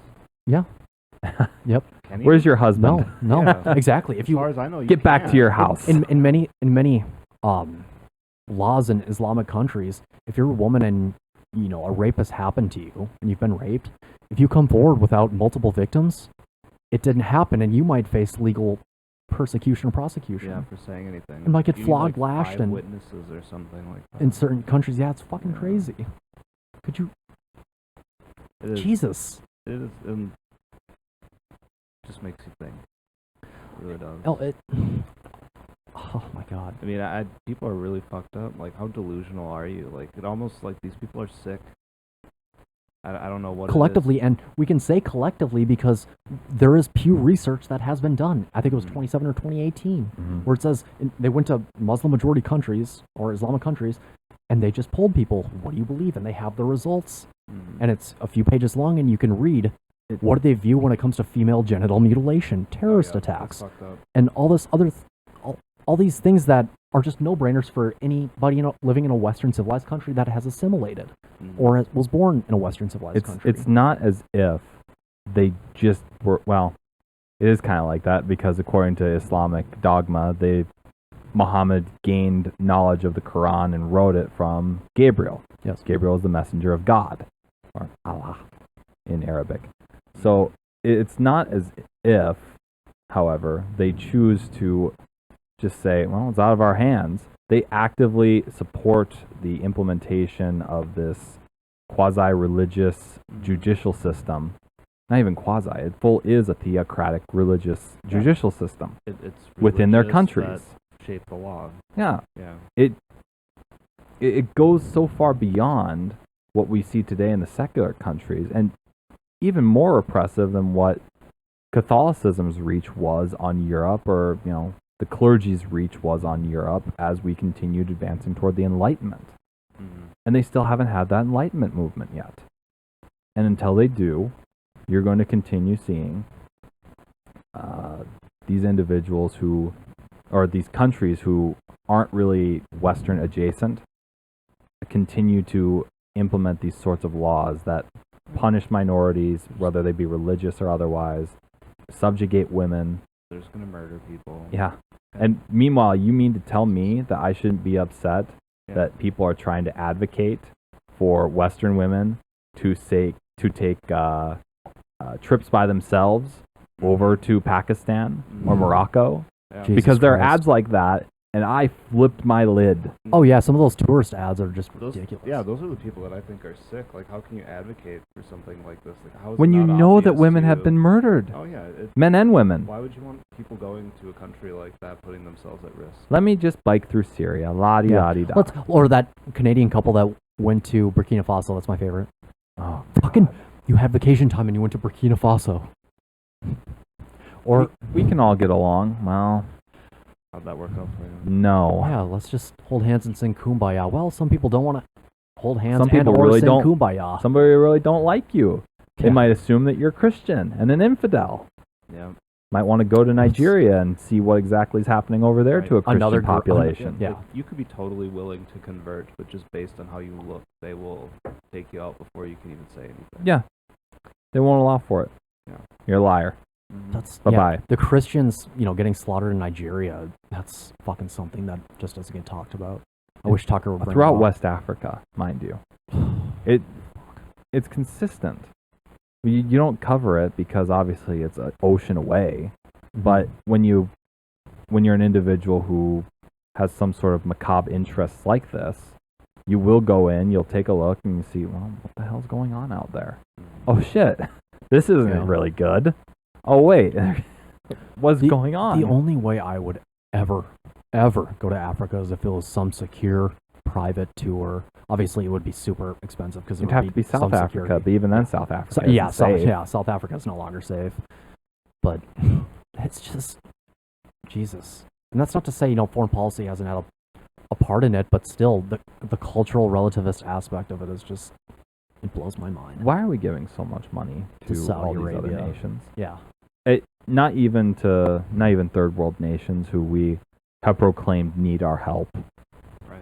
but to Israel, to $3.8 billion a year to Israel, Iraq still, Israeli government. furthering the idea that Iraq will just be forever a territory of ours as we interwove our economic outlook with theirs. Just have an excuse to spend more money. Continuously to Afghanistan, we continue giving money to our NATO allies outside of our contributions to NATO itself. All this money, which by the way is still a drop in the bucket of the federal budget, Yeah. but drops and pennies seem to matter more and more when the debt keeps climbing higher and higher. Oh, yeah. So when we've had this conversation too, with the amount of immigrants that continue to come into the United States with a dying native population, we made the conversation, we had the comparison, it's like the Austro-Hungarian Empire to Yep. an extent, where I refer to white Americans as an ethnic group because we are so intermixed now that it's difficult to really pull out, oh, he looks German, oh, he looks Italian, oh, he looks Anglo. Precisely. It might as well just be its own ethnic group, white American. And the same thing goes with black American. It's its own ethnic group of the various different peoples that were taken out of West Africa during the colonial era and through the triangle trade were placed into the American continent. All bred together and a complete mismatch of different ethnic tribes that were pulled out of that region. Not to mention a little bit of intermixing between the two different ethnic groups to kind of solidify at least some sort of tie in terms of, at least identity. We have the identity of being American. We also have the identity, at least from a cultural standpoint, past the national level of seeing each other as having intermingled and been in the same habitat as one another. Yep. So if we're the Austrians and they're the Hungarians, and everybody else is circling around as different minorities within our empire, I've seen this story before. I know how it plays out. All it takes is one little drop of instability. Granted, our Archduke will never die. We don't have that. But if it does, and those two groups don't make the plurality, what exactly is going to happen? And we've had this conversation in terms of why are we not utilizing the money that we send to these foreign nations and reinvest it back into the two monoliths. Not only the two monoliths, but also the minority groups that orbit around them, because they're important to the nation as well. Right. It's the whole point of nationalism. But if you do it, it is a form of socialism to an extent. Right. Maybe we just do it via tax cuts. Maybe not spending all that money is just a tax cut in and of itself. We're not spending it, therefore we don't need to tax it from the people. Yeah. So we don't have to do anything. Well, it's the best way to keep money in people's pockets. Just don't take it in the first place. Right. You bet. Right. That's the idea. But we continue seeing birth rates go down not only within white communities but also black communities. Mhm. Meanwhile, birth rates are getting ever higher within these different countries, Yep. and a lot of these countries are Yep. having citizens immigrate over here, Mhm. being cheap labor. Mhm. Again, the tinfoil hat comes out and it's stacked to the top. It's not white replacement theory; it's American replacement Right. theory. Yep. Because you have a workforce that's highly impoverished already, and it's just coincidentally one of the two big monoliths that help make up the whole of the nation that's been around since the foundation of the nation's history. Mhm. Whether it's as a non-citizen or a second-class citizen, or even now where they're as close to equal as it possibly can be. Some people will differ on their opinions as to how equal it actually is. Mhm. So, this is the stat that blows my mind. Not to be And buzzkill or anything. is this Planned Parenthood talking about abortions of black community oh no, children? but we could talk about we'll get a that. podcast on good old PP Margaret Sanger. But Singapore's average Racist IQ, bitch. Singapore's average IQ is 108 or 109, Right. but its birth rate is 1.2. That's a problem. Niger, the country of Niger in Africa, the average IQ is 69, and the average births per woman, the birth rate, 7.24. Well, take into consideration as well that a lot of those children are probably dying as well due to the malnutrition. For sure. So it becomes a sort of game where have to birth many as possible in this. It's still an agricultural society. Yeah. Mhm. There's no industry there, or at least not enough to call it industrial. Yeah. You need as many farmhands as you possibly can. Yeah, they're It's the same couple thing that years- it's the couple same hundred thing that years was done in Europe for how many hundreds of years. You birthed a lot of them so they could work the farms, and it was encouraged because the lords had more soldiers to be able to go and fight off. Yeah. Imagine if one of these wars had not happened. The 100 Years' War, the 80 Years' War, the 30 Years' War. There's so many different wars that go. The 7 Years' War, what we call the French and Indian War. Mhm. Imagine if any of those wars didn't happen, those millions of people just did not get snuffed out of existence. Yeah. They kept It's crazy. Because think it's about not just men that were dying. We treated each other very poorly Right. during those portions of history, which a lot of people just can't put together. They think that the ultimate was the Third Reich and Nazi Germany, and they certainly have their spot on the list, and it's very high, and it was earned, and it's deserved that they get condemned forever. But nobody talks about the Mongols Mhm. Yeah. or what they conquered. Genghis the Khan is still swaths of- celebrated in Mongolia. still celebrated. What is it? Like 0.8% of the world's population is The male descendant population. of the Great Khan. I'm gonna actually pull that up. Oh, jeez. Okay. You've got to be. Descendants That is wild. of Genghis Khan. But nobody thinks about it. Nobody thinks about. says. Nobody thinks about the Soviets. Yeah. How many they lost in World War I and World War II? How many they lost as the Russian Empire and then as the Soviet Union, is and then from- how many people they purged It's as well. Fucking crazy. The great. You just don't think about that stuff. Mhm. Imagine if that stuff didn't happen. There'd be an extra 1.5 billion, 2 billion people on the planet. I'm sure. Yeah. So it says on Discover magazine, 1 in 200 men direct descendants of Genghis Khan, and then let's see here, 1 and 2. 1 in 200. 1 in That is- 200. Yep. Okay, sorry. That'd be crazy. 1 in 2. I was saying, What's the population of Duluth? 80,000, something like Yeah, that. something like That's insane. Start doing your math. And it goes on. I'll just read like the first kind of long paragraph. In 2003, a groundbreaking historical genetics paper reported results which indicated that a substantial proportion of men in the world are direct line descendants of Genghis Khan. By direct line, I mean that they carry Y chromosomes, which seem to have come down from an individual who lived approximately 1,000 years ago. As Y chromosomes are only passed from father to son, that would mean that the Y is a record of one's patrilineage. Genghis Khan died 750 years ago, roughly. So assuming 25 years per generation, you get about 30 men between the present and that period. In more quantitative terms, about 10% of the men who reside within the borders of the Mongol Empire, as it was at the death of Genghis Khan, may carry his Y chromosome. And so, about 0.5% of men in the world, about 16 million individuals alive today, do so. Since 2003, there have been other cases of super Y lineages, for example, the Manchu lineage and the Yue Nail lineage. The existence of these Y chromosomal lineages, which had burst upon the genetic landscape like explosive stars sweeping aside all other variation before them, indicates a periodic winner-take-all dynamic in human genetics more reminiscent of hyperpolygamous mammals. Hyperpolygamous. It's with an N, but mammals such as elephant seals, as we do not exhibit the sexual dimorphism, which is the norm in such organisms. It goes to show the plasticity of outcome due to the flexibility of human cultural norms. The Mongols accepted that as a cultural norm of pillaging through what was then Persia, was now Iran, Russia, before it was Russia, the steppes into China with the Yuan dynasty, I think they established.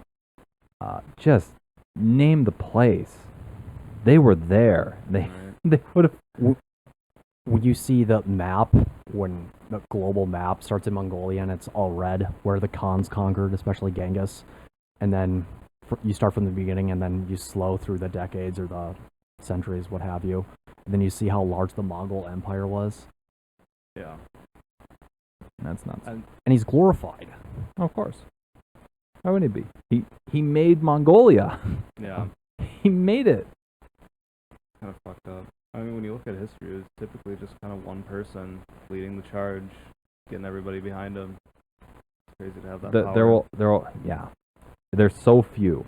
There's so few in history that can do that when you take in consideration all the people that have ever existed. Mm-hmm. All the nameless knights that fought on the king's side, all the named advisors that surround or orbit the individual of whom they're following, the nameless peasants who are even more nameless than the knights.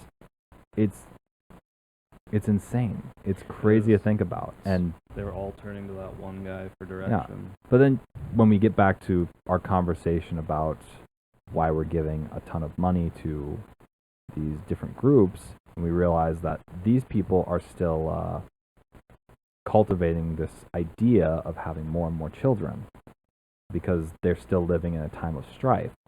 Mm-hmm. We're in a time of decadence, I feel like. Yes. Everything is better than it has ever been. And we've had white births have tapered off, black births have definitely tapered off as well. Those are two monoliths. That's the Austro-Hungarians just put together. And now you're not having birth rates go up. You're forced to bring in a labor force that has no cultural ties to the land. Mexico is a cultural cousin at the very least because they're descended of a European ancestry. Mm-hmm. Granted, it's Spain, but all the same, it's from Europe. Yep. But at the same time, they don't really have. There's a relationship with America, definitely. I mean, hell, we're neighbors for God's sake. But they're not from the Anglosphere, like Canada is, or Australia is, or the UK is. They're coming in, they're working, they're staying, and instead of being assimilated to the Anglosphere, they're instead laying down roots and maintaining their Spanish heritage, or their Castilian heritage, I guess I should say, and preserving their culture. Mm-hmm. It's just, you see it coming. You see it happening. It's Yugoslavia all over again. I've made this analogy a couple of times. Every time there is a multicultural area that isn't centralized till one culture comes out supreme, when that state finally, when shit hits the fan within that state, within those political borders, it's a free-for-all. You see it after World War I, when all the empires were completely dissolved. Polish fighting Ukrainians, Ukrainians fighting Russians, White Russians fighting communists, Romanians fighting Hungarians. Strangely enough, Austria was saved from all of this. But you see it also in Yugoslavia. You saw it with the Serbians, who were beginning to assume the dominant position within the union of those different republics. The Croats didn't like that, and the Bosniaks didn't like that, definitely. So they both seceded, and bunch of infighting and a bunch of terrible, awful things happening within those borders, and that's the modern day state. Yeah. That's not something that was off at that point 80 years ago. Yep. That was that the Serb-Croat War? There's the Bosniak or the Yugoslav wars. Okay. But we encompass them all together. But the Serbs were definitely fighting the Croats, and the Croats fighting them, and then the Bosniaks, who wanted their own identity as well. It'd be an insult to call them Serbian Muslims, but that's what some people will say. I would call them Bosniaks out of respect for what they wanted to achieve. Obviously, they achieved it. So they were caught in the middle of that. Then you have Montenegro and Albania, and all of them want to get away from this state, and everybody's fighting for power and territory to secure itself and committing some awful atrocities along the way. Yeah. Was that Croatia, Serbia, Slobodan Milosevic? Yeah, I think so. Well, the tension was already boiling over after Tito died. He was the leader of Yugoslavia, the guy who basically stood up. He's most famous for standing up to Stalin. Gotcha. When Stalin was trying to kill him. Gotcha. And breaking away and playing off the Soviet Union and the West against one another. Mm-hmm. All for the betterment. But it was through his cult of personality that kind of held Yugoslavia together. And once he died, it's like all empires who don't have a reasonable line of succession of some variety, or a state that doesn't have a line of succession that's reasonable to placate all peoples who invest within that union, things started breaking down very quickly because the Serbs were the dominant group just by the basis of numbers and by the basis of technology, how much they had coalesced into themselves. Croatians knew this, the Bosniaks knew this, everybody knew it, but so long as the Serbs at least treated them like equals, everybody could get along. That just didn't happen. Yeah. And there's still bad blood there. Yeah. And there are so many situations with that where cultures clash, and I just think Sweden's the worst right now. And those are cultures along the Balkans which have hundreds of years of shared contact with one another. Yep. They're neighbors.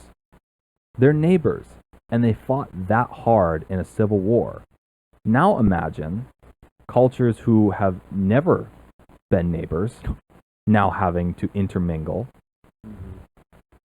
And imagine what's going to happen when the numbers start parodying out a little bit and it becomes 55-45, 50-50, or God forbid 45-55. Anything worse than a secular egalitarian society, bringing in people from a society that is theocratic and totalitarian, authoritarian, and then they don't have secular values. Like they're Right. willing to force their religious views on others and translate that to try to kind of like mesh that or mend that with society. And that's what we see in Sweden and soon to be Norway, but also France and Germany. My fear is that by doing this, by continuously importing this workforce into jobs that either the native population thinks it's above, which is an indictment upon ourselves to ever think something like that.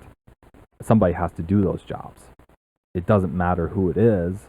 Just if for the social cohesion, make sure you're having enough kids to fill the position. But if you continue doing this, you undermine these secular values in two ways. One, you're bringing in a group who doesn't believe in it, and if they ever attain power, they're able to then vote and make sure it's curtailed. Or two, the native population, those who have been there for 3 generations or more, get their backs against the wall.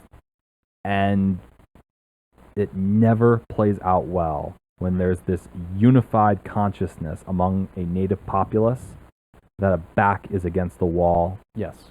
Because it leads to somebody being deemed an other.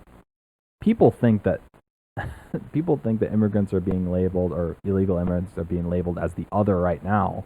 They have not seen otherism to any extent. No. And when I lived in, kind of playing into that, when I lived in Arizona, I think it was 2014, 2015, October 2014 through March of 2015, people think that undocumented immigrants get treated just so terribly, and they get deported as soon as ICE finds them. As soon as ICE finds them, like working at a car wash or working landscape jobs, they just tell them to piss off, really. They don't deport them because ICE still operates within a budget, and right. It's not to deport 11 or 12 million undocumented immigrants. The cost. Imagine the manpower, the time, the cost, even on an individual level, it's just unfathomable. Right. Like that would be in the tens, dozens of billions of dollars. It doesn't make a lick of economic sense. No, absolutely not. And that's where I think the left is trying to say that, Trump is like being terrible against immigrants. Well, this country collectively still takes in like 1.1 or 1 million legal immigrants. The previous couple administrations were a lot more terrible to the immigrants than Trump was. Oh, Obama, yeah. Bush, Clinton, Obama, back when the Democrats cared about native labor members. Being a son of a laborman and a son from a union family. Both my father and my maternal grandfather both worked for Ford Motor Company. They talk about it today, because my grandfather still keeps tabs, my father's still working. I remember during the Obama administration when my father was laid off a lot. Just didn't have work for him. You don't get paid. Piss off. Yeah. And he'd go back 2 weeks later and work another 3 weeks or 4 weeks. But it just was a breakup. There was always just this breakup. There was always going to be a layoff. I talked with him maybe 2-3 weeks ago, the last time he was in town. And I asked him, well, how's everything going at work? I'm busy. We can't stop working. He's working Saturdays, constantly working Saturdays.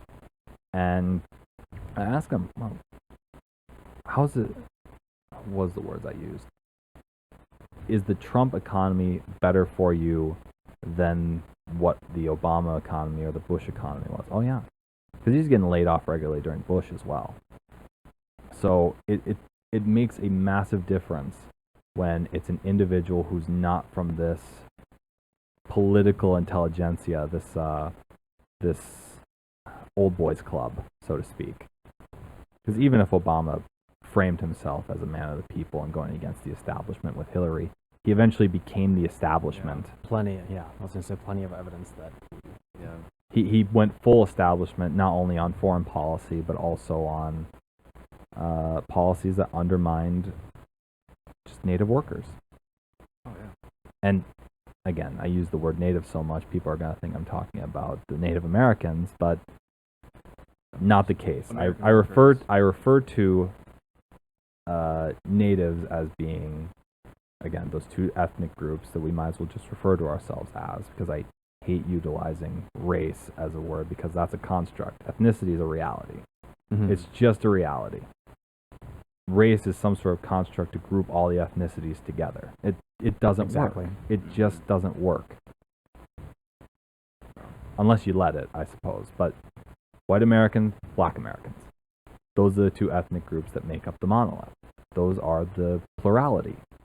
And as soon as those two together lose the plurality, we're going to find ourselves in trouble. Mm-hmm. It's bad enough that our relations as the two monoliths are about as bad as the Austrians and the Hungarians before the compromise. But whites don't even get along with each other. No.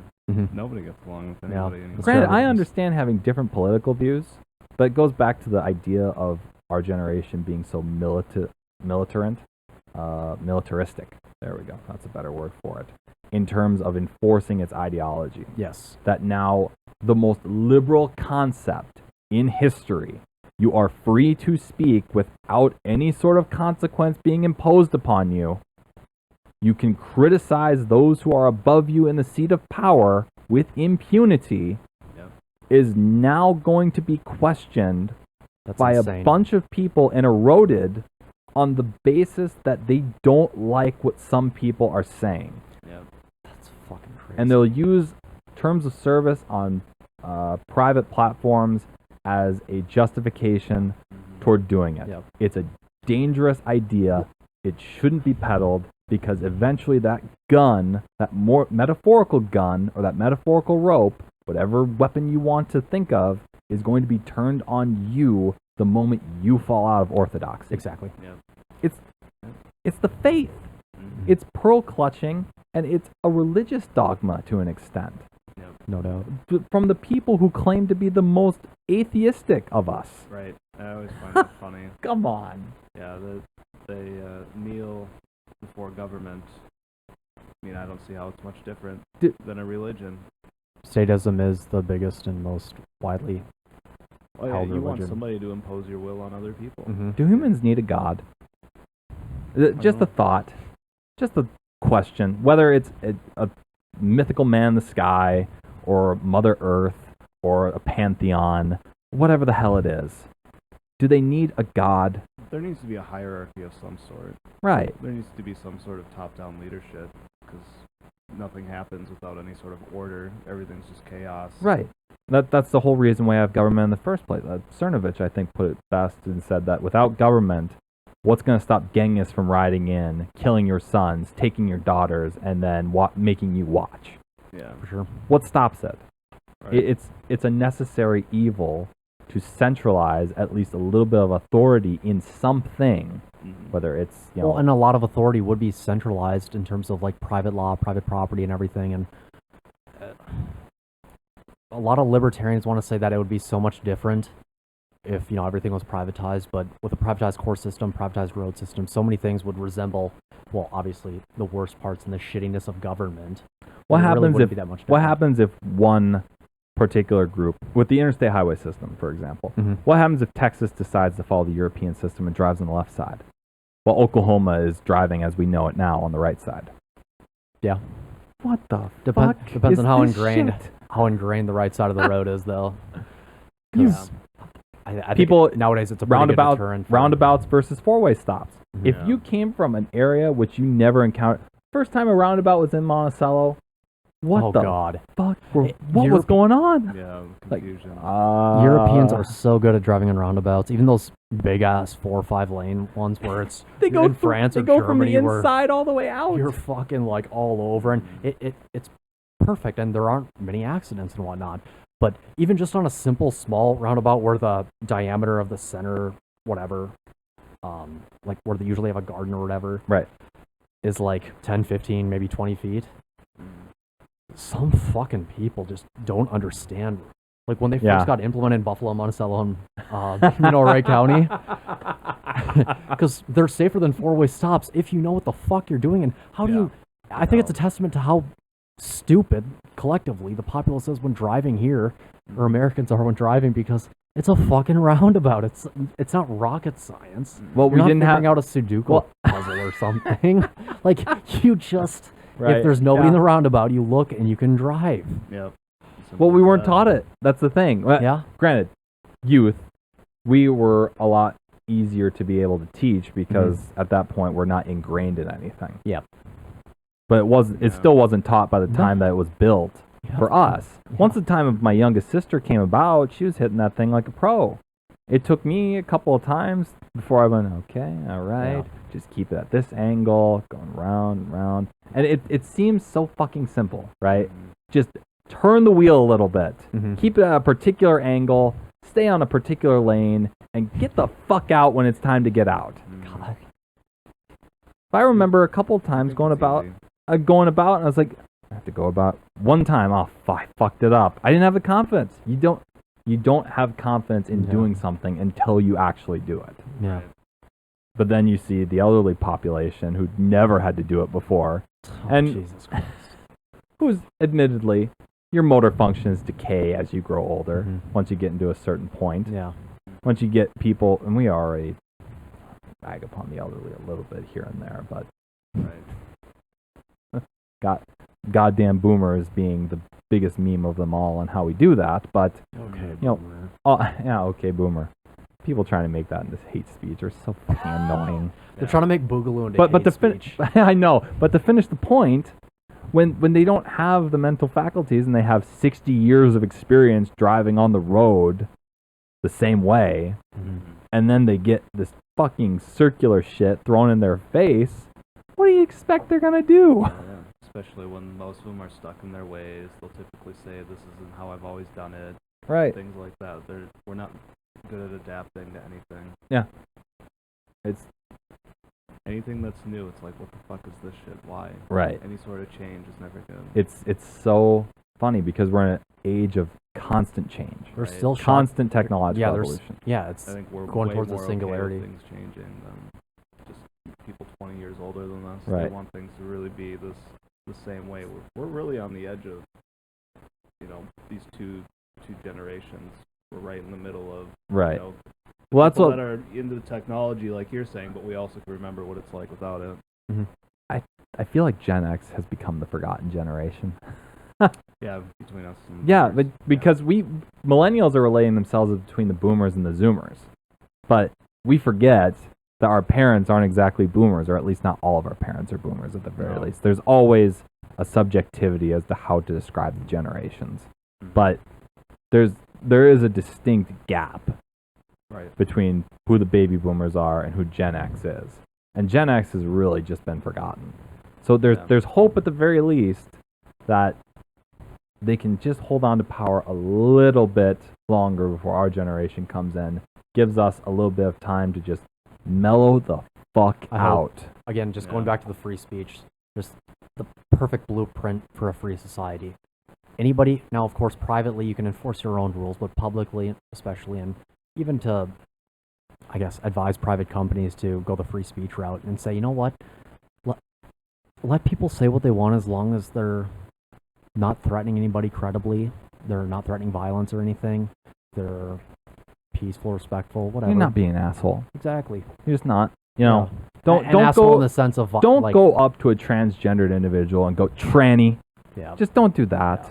Yeah. It's one of those things where you can look at a subject and completely disagree with what they might be peddling you. But just because and call it peddling. Yep. Just call it for what it is. You could call it just peddling, but don't go up and say some crazy batshit stuff and feel emboldened to do so just because I'm a free speech. Yep. Right. Just don't do that because you set a bad fucking example for the rest of us. Yeah, for those that Don't are be a calmly and fucking peacefully idiot. advocating for free speech, it just pisses me off when somebody disagrees with what you say and then they try to get you banned, or they see a meme that offended them or their ideologies and then they go reporting it to Zuck or Jack, and then what do you know, I'm in Facebook jail. Yeah. But it's like, just disagree civilly, and if you want to be angry, that's fine, but be able to listen to the other person's point of view and then just say, okay, well, I disagree, I'm not going to try to ban your speech. Yeah. And it goes back to what Richard was saying. Liberals, non-classical liberals, Democrats, leftists used to be very pro-speech. There was that picture of Berkeley in the 60s or 70s where they're carrying signs and it's hundreds of people or thousands of people protesting for free speech. And then fast forward to Berkeley, what was it, 2016, 2017, when Milo was going to give his controversial and his non-controversial opinions. Even that Shapiro. And then Conservative Shapiro Inc. was thrown out. And they threw riots. It's like, you guys are fucking idiots and you're ruining free speech for the rest of us. Leftists, centrists. Oh, they destroyed property. Anarchists, libertarians, they for Milo? damage. Oh, Jesus Christ. They were wearing masks and beating the shit out of people and stuff. And they do this weird Yeah. fucking shit where they, in Berkeley at the very least, they linked arms and blocked a bridge that's a popular bridge where people try to get across. Yeah.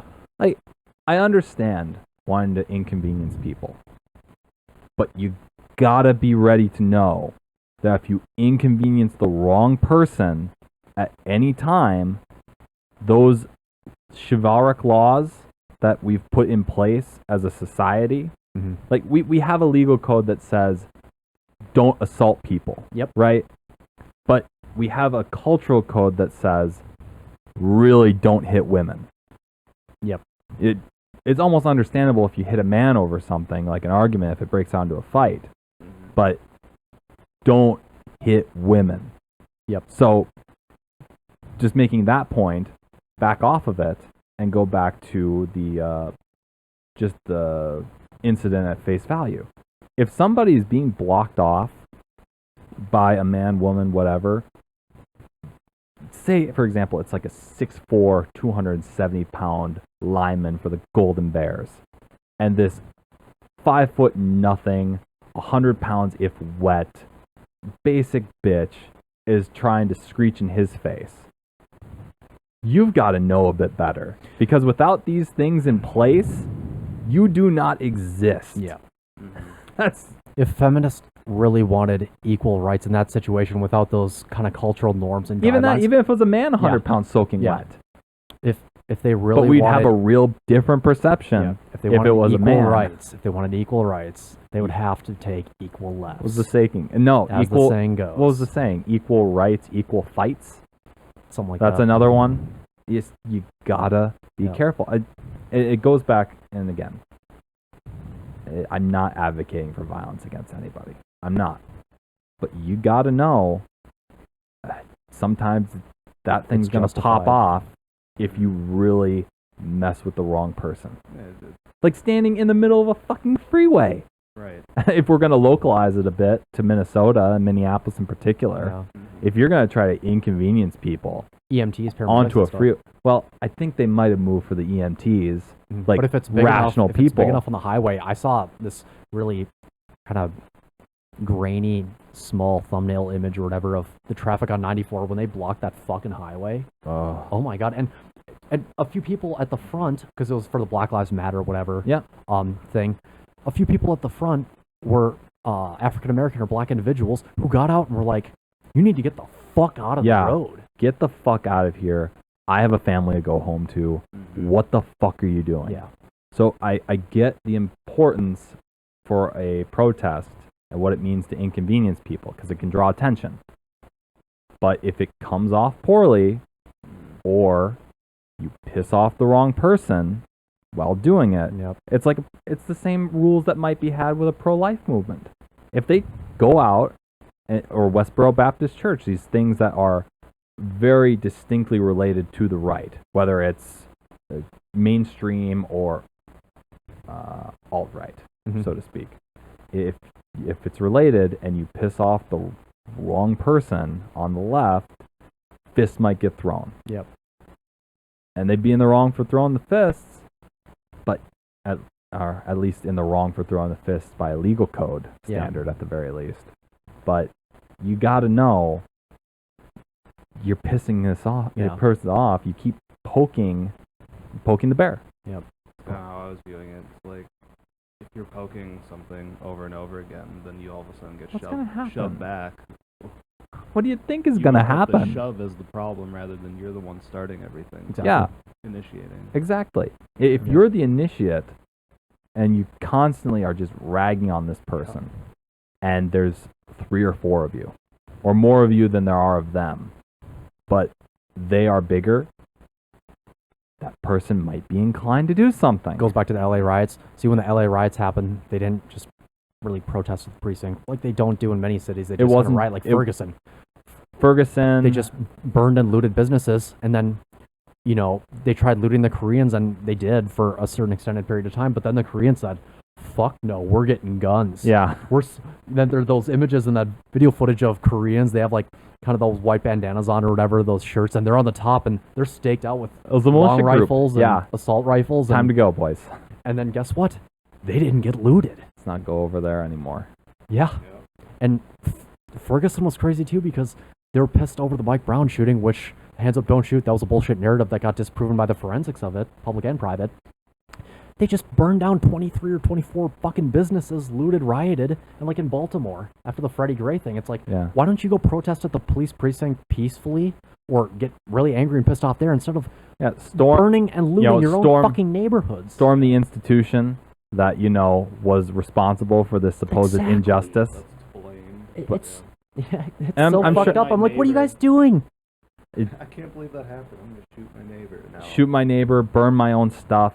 Yeah. Why is Loot my the community CVS. this way? 20 years later. Yeah, just Yeah. watching the Your children are asking, Well- why is my community this way? What happened? watching that pharmacy that got looted in acted like a Baltimore and child. seeing the helicopter footage from above or the camera. Yeah. When they were all just gravitating towards that, poor pharmacy or gas station or whatever it was.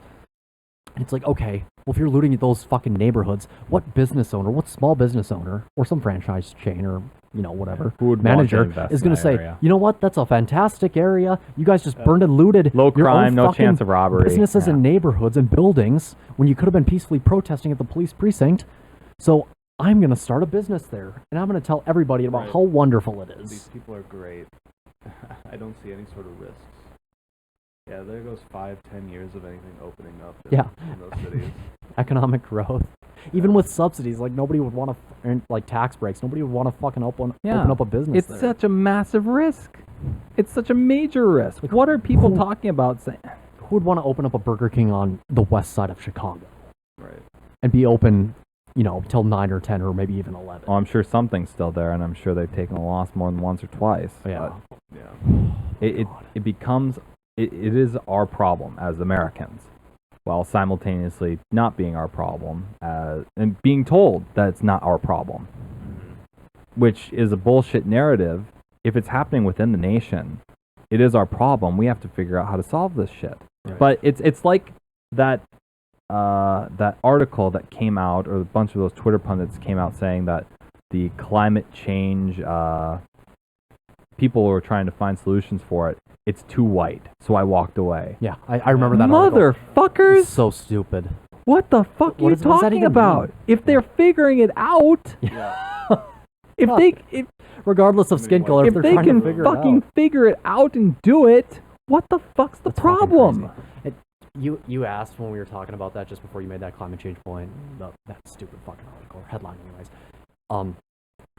What could be done? It's that Baltimore mom who found her son was going to riot and had a backpack of rocks and a mask on. Beat the fuck out of him. She slapped his ass and it went viral. She slapped his fucking head. She's like, "Get your ass back here! What the fuck is you doing?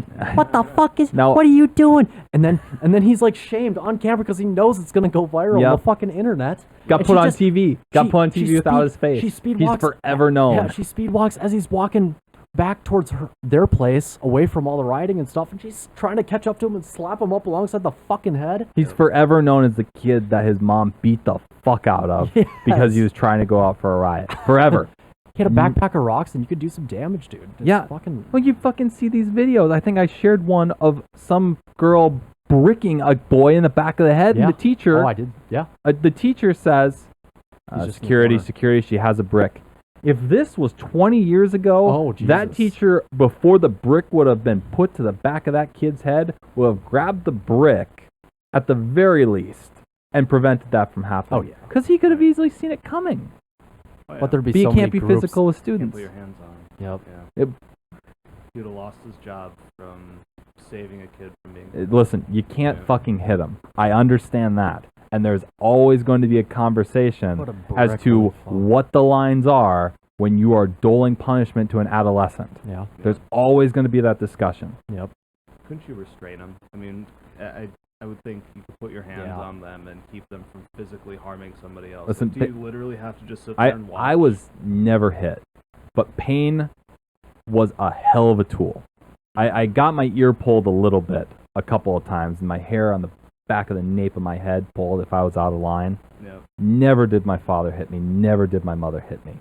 Same. Until I got bigger than my mother. Until I got an attitude about me. Until my father was out of the house because he had to work in Kansas City and they had divorced by that point. And my grandfather told my mother, "You best put the fear back in him or you're gonna lose control of him." And she fucking slapped me upside the head and across the face a couple times when I acted out of line. At this point, I'm 14 years old. I'm nearing my physical maturity. I'm getting into puberty at the very least, but I'm already a head taller than my mother.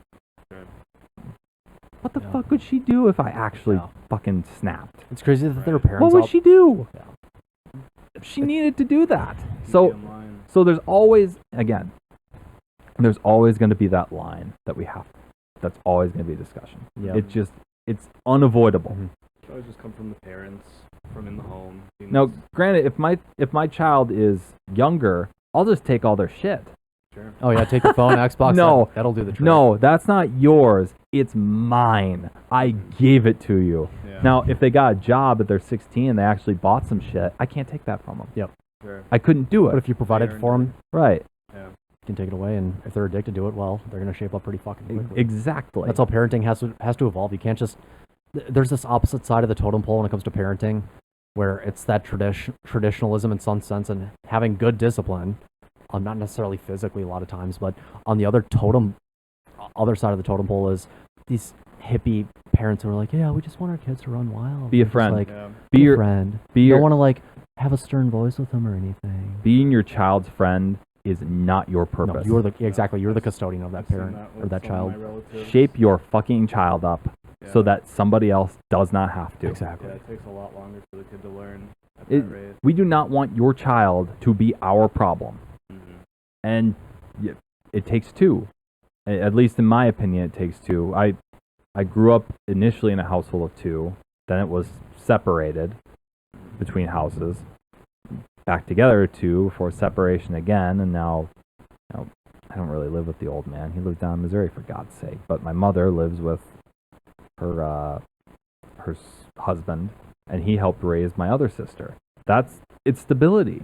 You need stability because when we were in a household, just floating back and forth between my mother and father's, I had attitude issues. Both my youngest sisters had attitude issues as well. Sure. One was a year and a half younger than me, so she's right on my coattails. The other one's basically just mimicking what I'll use their names. Haley's a year and a half younger than me. People know who I am anyways. What the fuck is it gonna do hiding their identity? What the fuck am I thinking? And Jenna's just following the coattails. Right. And that's just the reality. But once two parents were at least established again after a brief reconciliation, then what happened is my attitude started getting a bit more curtailed because, oh fuck. I remember as a kid, I think, I can't play them off one another anymore. Okay, better fucking shape up. They're on the same page again. Right. Stability. Yeah, it's just stability. People are talking about gender norms and what have you, but you want to fight against the status quo, but look around you. What is the status quo, Single which motherhood. has been slowly, well, the traditional status sadly, quo. of course, yeah. Traditional status quo. What has the traditional status quo brought us up to the point where now single motherhood is starting to overtake it? I fucking have an article from Vice that talks about for feminism to be the future, the family must be dismantled. Yeah, the nuclear family. I said, what in the fuck is going I on don't here? understand the future if we don't have nuclear families. Because who's reproducing? Like, that's the thing I don't get. We're all about all these different groups, but none of them reproduce. They need just Well, a couple standard man and woman nuclear reproducing. families reproduce. Yeah, I the mean, that's what nuclear they family is still necessary in particular Yes. parts of the world. Yeah, The clan. This is where I start getting my tinfoil hat and thinking like, oh, how do you take America out? You just take it out from the inside. Yep. Get all of us to just take on some sort of crazy ideology where we want to start cutting off our own genitals and we're going to start injecting all sorts of hormones into our children, and we're not even going to have any more kids. That's the next frontier, yeah. Imagine. When it comes to transitioning a child and being okay with that. Not to mention, Fuck you don't no. have the economic capital to be able to reproduce at a level which you see over in Nigeria Yeah. or any of these other countries. Because there's a pressure on you from an economic standpoint that's being placed, unless you're really successful. But when you're really successful, you're influenced for whatever reason to just buy all these frivolous things. You see it within different communities other than our own, but you see it within our own community as well. Fancy cars that are unnecessary. They're nice to get the girl. They're not so nice afterwards once you've gotten them. Maybe to maintain having them, and this is just from a male's perspective. But what is it that really you need? You need a house. You need some sort of transportation, I suppose. Mm-hmm. It's just crazy, man. They're convincing you to buy frivolous stuff through utilizing the culture on reproduction instead of focusing on this is your reincarnation. I don't know if people know this, but you're going to die. We're done. Yep. From the moment we came out, it doesn't matter how it ends. What matters is it's going to end. And people constantly looking to live in their youth for years and years and years past what their youth is just ridiculous. You can't do it. The 40 is the new 30. Yep. 50 is the new 40. The motherfucker, 50 is 50. Yeah. You are going to die at some point. Focus on falling in love. And what have you left? Yeah. Getting what married, have you left? owning a home, raising a family. And those things that kind of help build all the nice shit that you have, Exactly. those motivations that are dormant within you that you don't even want to recognize at some points. Some people just outright reject. I'm not saying this is uniform. Nothing is uniform, but just as a base, Yep. the majority consensus has been that a family allows you a lot more fulfillment than a lot of these frivolous things that are just going to go away. Exactly. You, In and- retrospect, in hindsight, they won't have nearly as much value as leaving a lasting legacy for children, and right. women are being told not to have kids nowadays But then, yeah, because that's of overpopulation. well, that's the target. Overpopulation. Not here. Yeah. There's still wide swaths of land. Yep. You could look at Europe and say it's population density that's a problem. Yep. But But imagine here, the there's so much land. Imagine the overpopulation problem if you leave out World War One. Oh yeah, God, Jesus Christ. Yeah, and Imagine. going back to the nuclear family, but also nowadays with everything and the media and everybody pushing sex and just with strangers and promiscuity, women really have to be focusing on one, making sure that guys use condoms because they're cheap and effective. If Right. they don't want to reproduce with this person, or if they just don't have the capital or assets to be able to fund the raising of a child, they have to say, okay, how much do you make a year? If it's under $35,000, that's a no-go for me. Do you have a violent criminal record? Well, If you have a violent criminal yeah. record with assault, burglary, anything, that's a no for me. And you can do background checks on public databases. They're super easy. And what is your IQ? If it's under, we'll be generous. If it's under 90, well, here's the problem. that's a no. What man is going to go? If a woman asks me to take an IQ test, that's the equivalent of me asking me what her weight is. I go, bitch, what the fuck? And another thing, I'll contest your first point to an extent. I like the other two. I think that a woman needs to have at least a good measure of a man before she decides to, open herself up a bit more toward him. Precisely. But on that first Building one, trust and not fucking the, them first. on that first one, do we take into consideration that maybe some 22, 21, 23-year-olds who maybe haven't graduated school, maybe starting some lower end level job that are working themselves That's up, true. That's something to factor and in. that you stick with this motherfucker, maybe he can legitimately be a motherfucker by making you a mother. It's just a thought, Yeah. I'll meet women- I'll meet chicks on Tinder and plenty of fish, not because I want to hang out with them or anything, but I just want to listen to them and hear their stories. Right. You know how like chicks say, "Oh, I'm just on it to see what's out there and stuff." Mhm. Me, I want to hear their stories and the shit they'll tell me right off the bat when it comes to them being single mothers of multiple children and how it happened and some of the guys they were with. Mm-hmm. It's cringeworthy, man. Are you getting that? Are you getting that good child support check? Well, no, he doesn't have a job. Yeah, and so it's coming out of the 75 collective to- populace's 70 pocket. Yeah, 75 to 80% of the time, it's some guy who's white trash, Of course. who's a baby daddy, and he doesn't have any role in the child's Naturally. life. And but if I were to go on What that are the- date, what are like the fucking stan- stuff, well- I'd be bailing her out Right. from her terrible, shitty decision Mhm. to reproduce with these types Right. of guys or that guy. It's interesting to break down the dichotomy in the relationship between man and woman these days. Yeah. Again, we don't try to tell you this, ladies, as a means of boxing you up. I understand you've been told that all men are shit for the past 30 years, something like that. But honestly, you just have to think about it logically. But maybe you just can't do that. Again, my mother and I have these conversations. I try to present stuff in what I feel is a logical way, and she brings up more emotional standpoints. And I've come to think that perhaps this is just going to be the reality, that women cannot always separate themselves and utilize a logical outlook, that there has to be some kind of emotional perspective from them as well. Fuentes did that interesting little graph chart about voting tendencies Mhm. across demographics, whites versus blacks, men versus women, and breaking them all down into the different subsects. And that was fascinating Yes. to take a look at.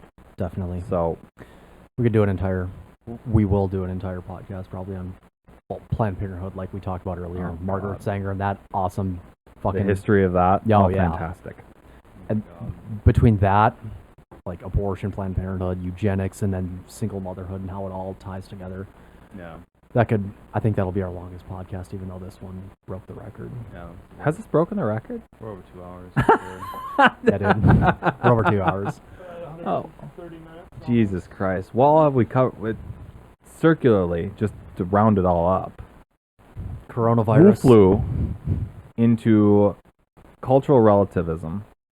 We just into talked free speech. into free speech, into breaking down what might happen should the ethnic demographics of the U.S. continue being Yep. undermined a bit further, without those other various ethnic groups that keep coming in, Yep. being assimilated into the American culture, which is just a sister? No, that's not right. A daughter culture of Anglo common culture, anyways. Mm-hmm.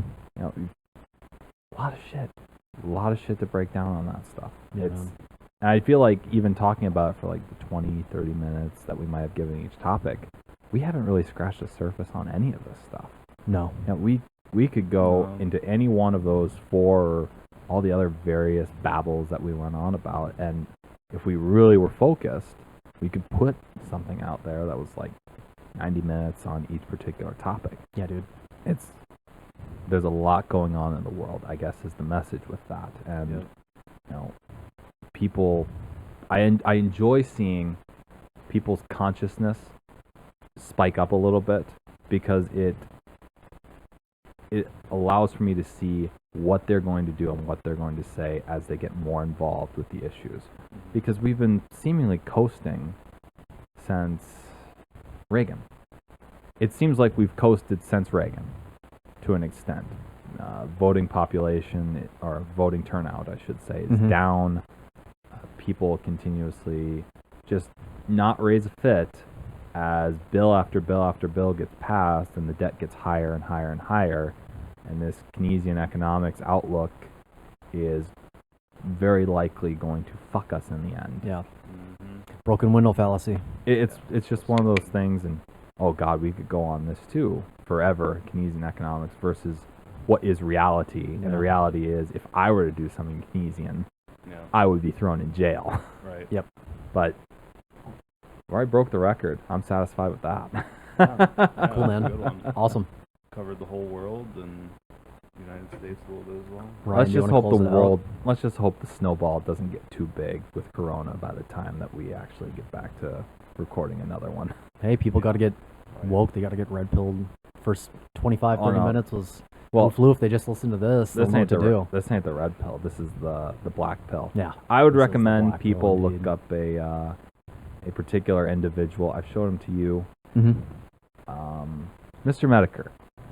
Now, some people who might hear that name might be familiarized with it a little bit and go, "Oh, the alt-right figure," but he has been doing a great job with keeping tabs on this thing. It's very well done how he's able to keep track of information, and the communications are coming out of Wuhan and around the general area. Somebody And- needs to do it because the Chinese state-run media. no, is obviously not. Nobody's No, gonna of cover course it not. until it's too late. Yep. Yeah. Until it's too late. For sure.